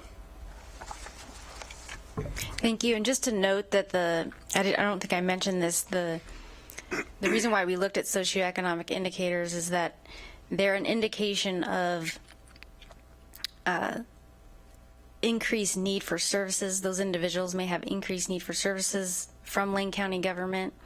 And also it's a reflection of the tax base that you rely on to pay for Lane County government services. So. Thank you, Shannon. I don't know that I've never seen a report this comprehensive before. Maybe other people have, but I think it's fantastic, Ms. Mulcahy. Very well done. Commissioner Liken? Thank you, Mr. Chair. So, Shanda, I think the thing that I really appreciate this report is very user-friendly. It's easy. It's an easy read, and I think that's important. And so, you mentioned that it was released last week. Is it correct? Yes. So maybe this is for Devin, and I'm just looking out at you. So, how much has this been pushed out as far as the public and the media is concerned? Or maybe, Shanda, you can answer that, or Devin, either. There hasn't been a lot at this point. I'm going to have Devin come up and maybe, because the reason why I'm mentioning this, I think as you as the performance auditor, you're going to have significant credibility as the performance auditor for the county. I think what I'm interested in is making sure this gets out to the media, to the public. Is there opportunities? Maybe we can put it on our social media networks as well and get that out, because I think this is important for people to see. I think the comparison to the other comparable counties is important. When we had our Finance and Audit Committee, the immediate number I looked at was in 2006, 69% came up from our federal and state or other. It's primarily federal and state. Now it's 59%. That's 10% drop, but yet inflation has, while it's small, still index for inflation has increased. So, Devin. Yes, Chair Stewart, Commissioner Liken. Shanda and I had discussed last week that after this meeting and this presentation, putting together a press release. It's already on our website on Shanda's pages, the Performance Audit Division area. The press release would elevate it to the homepage of the website. I've also been back there scheduling some social media posts, primarily for tomorrow. Most of our hits come earlier in the day than the afternoon, so making sure we're sharing it. I know Shanda's already shared it multiple times on Lane Audits, which is her Twitter feed. And so we are looking at ways to make sure that we get that out there. And of course, we always welcome and encourage commissioners on your own social media, your own web pages, to then reshare that information. It helps make sure that as many people as possible see it. Now that's great. And again, because it is really an easy read. It's not a challenging read, I think, even for the everyday public to view this. It's not long. But yet it really is, as Commissioner Farr points out, but yet it's very strategic and has really the numbers there to show where we are today compared to, say, I think that comparison from just a decade ago, 10 years ago, is a really good comparison of where Lane County was financially to where Lane County is financially today. So I really appreciate that. Good, Devin. Thank you very much. Appreciate that. Thank you. Commissioner Bozevich? I just retweeted that, by the way.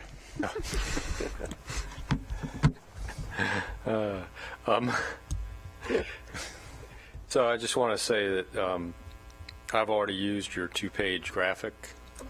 Last night, my town hall with the sheriff, it was one of my handouts to folks. Great. So it gave me something to talk from and share our financial condition as I was talking about our upcoming budget.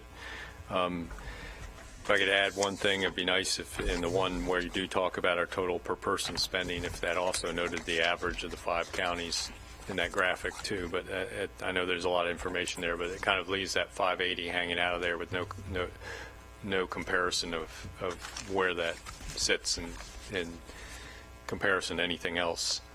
You know, for average Joe citizen, the fact that the county's spending $580 on their behalf might sound like a lot of money.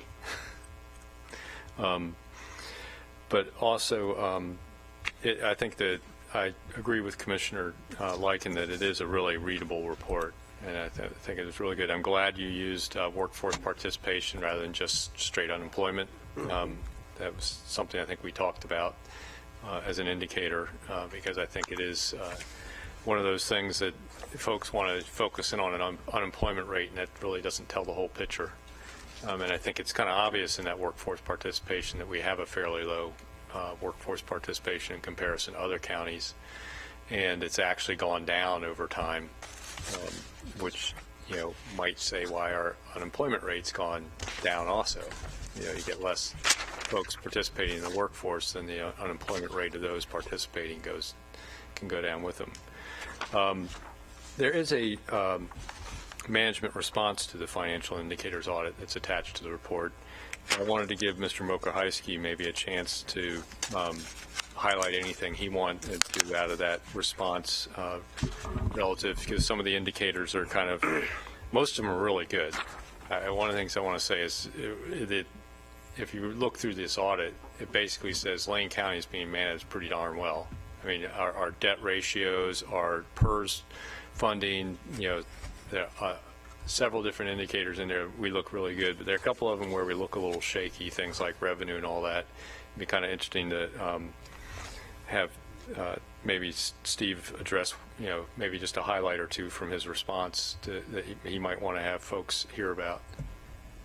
Thank you, Mr. Chair. Commissioner Bozevich, thanks for the opportunity to do that. And I will first say that, as we noted in the management response, and I've said at the Finance and Audit Committee meeting, and I've told Shanda and her team the process, and this was the first audit that the performance auditor has gone through in this newly reestablished role. And I and our staff in budget and finance found the process to be open, inclusive, and objective. And I noted in our management response that with a deep respect for documented factual information, I think that Shanda and her team really wanted to make sure they got it right. And whatever they put in their audit was based on facts that were verifiable and could be traced to something that was backed. And so I think that lends itself, I have a lot of confidence going forward in the future audits that will be done, that the process itself is really thoughtful and engaging and open, and allows for the facts to rise to the top. So I just note, I don't want to go through everything, that was highlighted in the audit. The bond rating, low debt, and I think our focus on lowering debt using one-time money to pay off one-time expenses, thereby freeing up operating expenses. The bond rating, low-risk auditee status that we have, I think, are good indicators. What we have generally and consistently said is we have less money than we need to provide the level of service that the community demands and should expect. But we are making responsible and accountable use of those limited resources that we do collect. And then I would just, we're going to have a consistent focus on the same things that we laid out in last year's budget, and you'll see this on May 3rd when we propose the fiscal year 16-17 budget, on two things. One, creating long-term financial health in the organization by structurally balancing the budget. So again, limiting use of one-time money to fund operations, using one-time money for one-time expenses, reducing our ongoing expenses, freeing up additional revenues to be able to invest in critical services, while still saying, even while we're balancing our structural deficit, we still should be investing in the priorities that the board has established and that the community wants to see in the areas of public health, public safety, infrastructure, and economic development. So our investment in controlling internal cost drivers like health insurance costs, where we can adjust health insurance benefits, shift to the self-funded health care plan, and I think you'll see this in the budget next year, that we're continuing to manage and reduce those costs, which allows us to invest in priority services, identifying vacant positions, and again, really trying to close the structural gap. The PERS liability issue was noted, and I think the reserve that the board put in place there, and that's one-time money, but it will help us smooth the impacts of the PERS increase that we're projecting, about 20% starting in fiscal year 17-18. So that was a wise move. And then the last thing I'd note is capital assets. There was a fair amount of attention paid to the need to manage our capital and invest in maintenance. We know this from a road maintenance standpoint. We talked a lot about it in 2015 about the need to invest in road maintenance.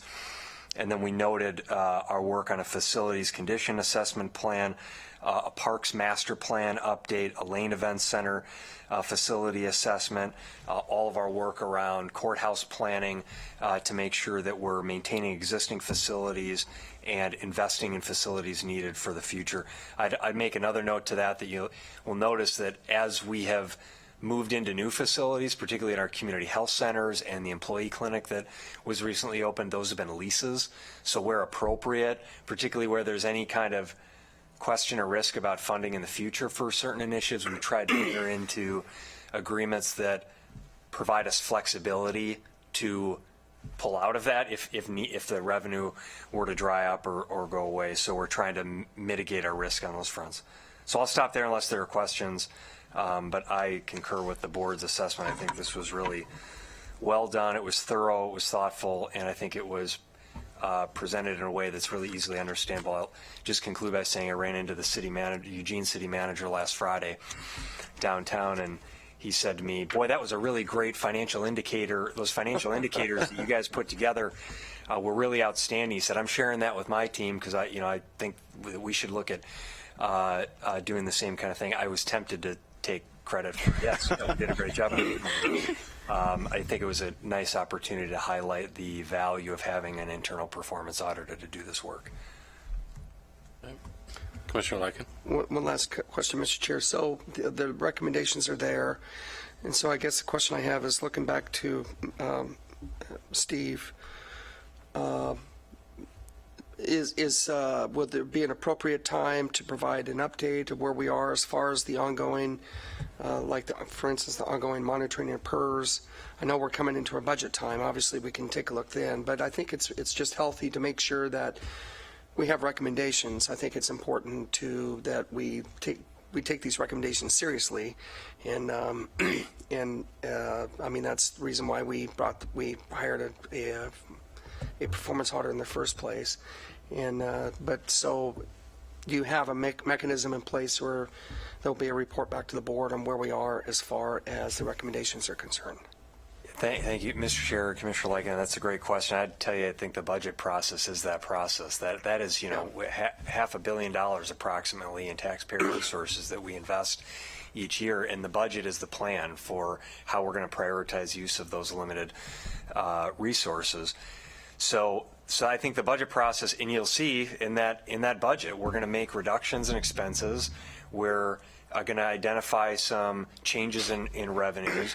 And we're going to make some new investments. We're going to, and that's what priority-based budgeting is. So I think we'll have an opportunity as part of that. I will share with you, and it may be an opportunity for the board to discuss this. I haven't even talked to Shanda about this, but we've had some conversations about how to incorporate this information in the budget process. And I, for one, think there'd be a lot of value in having the performance auditor present some version of this, if not all of it, on the evening of our proposed budget on May 3rd. I think that might be a nice way to share with the Budget Committee and the public, here's our auditor's review, and I'm not sure the sequence of when that happens, but potentially that could be the first thing that you hear in that night, and then we present the budget to you, which is really a roadmap for how we carry out, the recommendations that are being identified here, which, I fully concur with, that we need to continue to create long-term financial stability by structurally balancing our budget and also continue to invest in priority services for the community. So I think the budget is the time to do that. It doesn't preclude us at other times to bring forward specific updates on things. The PERS issue is one we're going to be working on for a few years. It won't hit our budget next year, but in 2 years it will. We've also, when we had the leadership team meeting in January of this year to kick off the budget process, we talked about a 2 to 3 year plan here. And this is really last year was the first year to lay out the strategies. This is the first year that's sort of go time to put those strategies into place. But we've got after we do this budget, the 17-18 budget is we're going to have to apply a similar strategy. So anyways, I throw that out there as something to consider, and we can talk about before May 3rd to plan for that meeting. Yeah, Shanda? Chair Stewart, Commissioner Lakin, I also wanted to mention too that as part of my process that I may not have shared yet is that 1 year after each of my audits, I'm going to do sort of an informal follow-up with the department and follow up on the recommendations that I made the year before and see what progress has been made toward those recommendations. And I don't know that it will be necessarily a formal follow-up report to the board, but definitely can get that information out. So. Okay. Commissioner Farr? Thank you. I had a great opportunity last night to be at Commissioner Bozevich in the Sheriff's Town Hall in Veneta, and Commissioner Bozevich used your 2-page infographic, and it was absolutely astounding, the reception, because it's easy to read, the information is right out front, and it made it very easy for the entire, and it was a large audience. We had Commissioner Bozevich had a lot of people in the hall last night, and this made it very, very easy for people to understand in no uncertain terms. But I have a question for you, Mr. Mulcahy. We've had internal auditors before. Surely they did stuff like this too, right? I wasn't here. No, that's I get to say I wasn't here. This is the first time we've ever had anything like this. Thank you very much. Thank you. Mr. Sorensen? Thank you very much. I'm interested in the use of the socioeconomic indicators in your recommendations and whether you'll pick different ones when you do this again down the road. So, number one, when are you doing this again? Well, so this would be part of an approved audit plan, but I guess I would recommend doing this every 2 years if it was going to be done on a regular basis. Okay. And then what's the significance of picking the labor force participation by county or the per capita personal income or the percentage of Lane County residents receiving federal food stamps? Those are the ones that I see as being the socioeconomic indicators that you've identified. So are you going to keep using those? Like in 2 years, use those again so we can compare them? Or are you going to come up with some different ones? Well, I guess the short answer would be more than likely I will plan on using the consistent indicators so that from every 2 years you can compare on. But if it was brought to my attention that another indicator may be more appropriate, or that sort of maybe a better indicator to use, then I'll look at using different indicators. So, I mean, per capita income is an indicator of, where is the income trend when looking at all of the people in the county. And I get that, where the percentage of SNAP recipients, you seem to have 2 on food security, and right? Yes, so it's kind of a long story. We originally wanted to look at a K through 12 indicator, and we were going to look at dropout rates. Basically, we wanted to choose indicators that showed potential need for services from the county. And so we learned that if there's a high dropout rate, then more than likely those individuals may have a higher need for county services, maybe public health or mental health services, for example. Unfortunately, when we got the data back, we learned that the data was not of good quality. And so we couldn't do a 10-year trend, or even I think we could do a 3-year trend, but it just wasn't meaningful. And so we wanted to pick a different indicator, and it just so happened to be another food indicator. But next time around, we could look at maybe there's a better indicator for our K through 12 population that we can use. So that's not just food. Is there anything that to me, is looking at the graph, percentage of Lane County residents receiving federal food assistance, that's a graph not only of the people receiving the food assistance, it's also their knowledge of it being available. So they have to first be aware of it before they can access it. But it's a long enough period that it really does show a jump from the 14% range of the 2006, 7, 8 period, and the 20% range of the 13, 14, 15 period. So it really is a pretty significant jump in the number of poor people. I guess that's how I would see that, even though the per capita income line is relatively stable. It's pretty much the same. So we got the same amount of per capita income, but we have a lot more poor people. Yeah, and there's going to be limitations to every indicator, and that's why, I could have even chosen more than 4, but ended up trying to narrow it down. But looking at them all, like holistically, looking at each indicator to come up with a sort of a conclusion that, there's some challenges that the county faces with regards to socioeconomics. And just to let you know, with regard to this audit report, they were provided more for informational purposes. The audit was really an audit of Lane County government finances, but I just thought for informational purposes, it helps to show this information as well. So. Yeah. Okay. Well, thank you very much. Yeah. Mr. Farr? Just briefly on the percentage of kids eligible for free or reduced lunch, that's a great indicator because it goes into far much more detail than just feeding people. The reporting on whether or not families are eligible for free and reduced lunch is based upon on poverty levels, and poverty levels are it's one area where families do not hide anything. And that's, if their kids are going to school, they don't hide the fact that they would like to be eligible for the free and reduced lunch. And it takes into account so much more than just the food.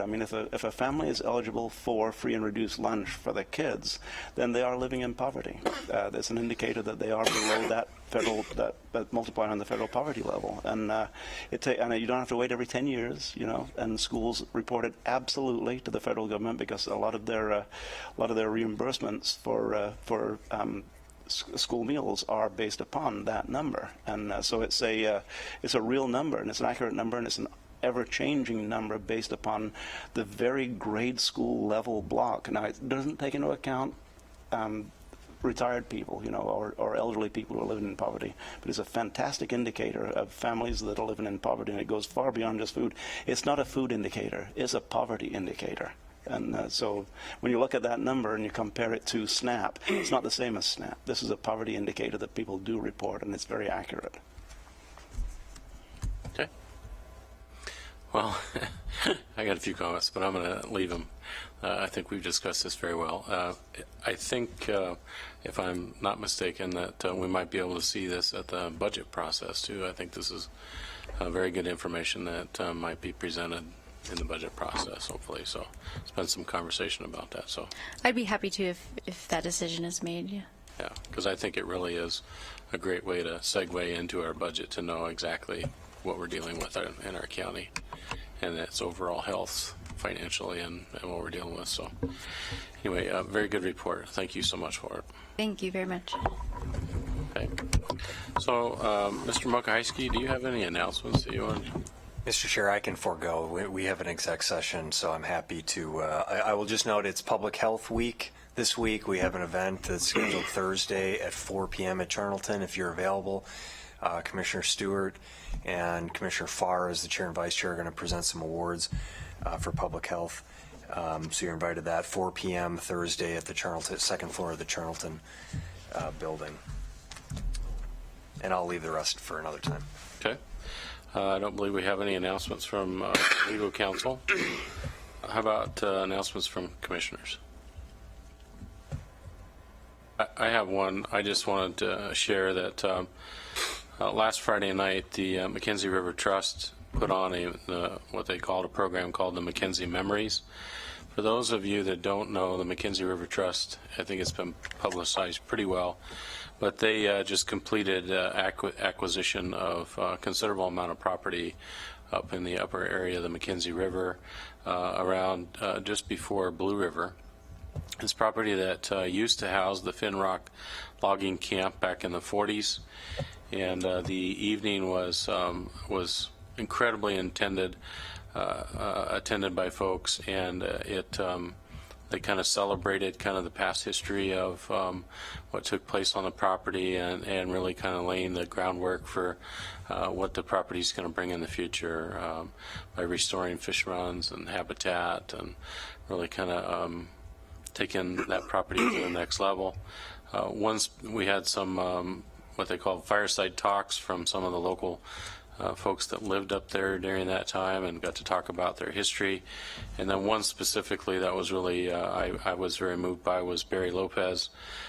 He shared about his experience living 46 years on the along the McKenzie River. He's a very well-known writer, author, I should say, and you could close your eyes and listen to the stories and actually feel like he was drawing you into his story. It was very, very good, and very excited about the McKenzie River Trust.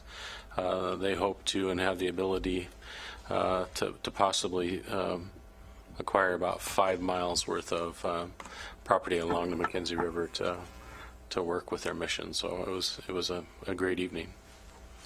Other announcements? Okay. Before we move into executive session, review of assignments. The only one I had was on item 14A, in which are the direction from the board for staff to engage in informal discussions with City Eugene on the land use code issue. Did I miss anything other than that one? Been a long day. I can't remember. That's all I don't got. think so. Yeah. All right.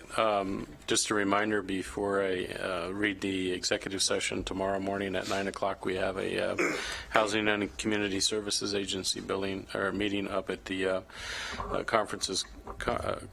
Board of Commissioners conference room.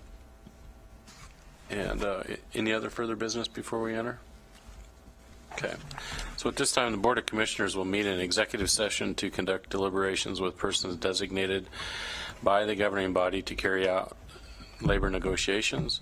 This executive session is held pursuant to ORS 192.660 subsection 2 subsection D, which allows the Board of Commissioners to meet in executive session for the purposes listed above. Representatives of the news media and designated staff shall be allowed to attend the executive session. All other members of the audience are asked to leave the room.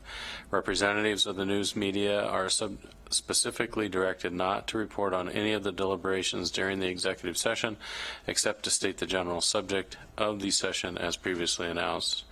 No decisions will be made in executive session, and we will reserve the right to enter back into public session should the need arise. If not, we will conclude our day with this. So with that, we're in executive session, and we'll move upstairs to the conference room.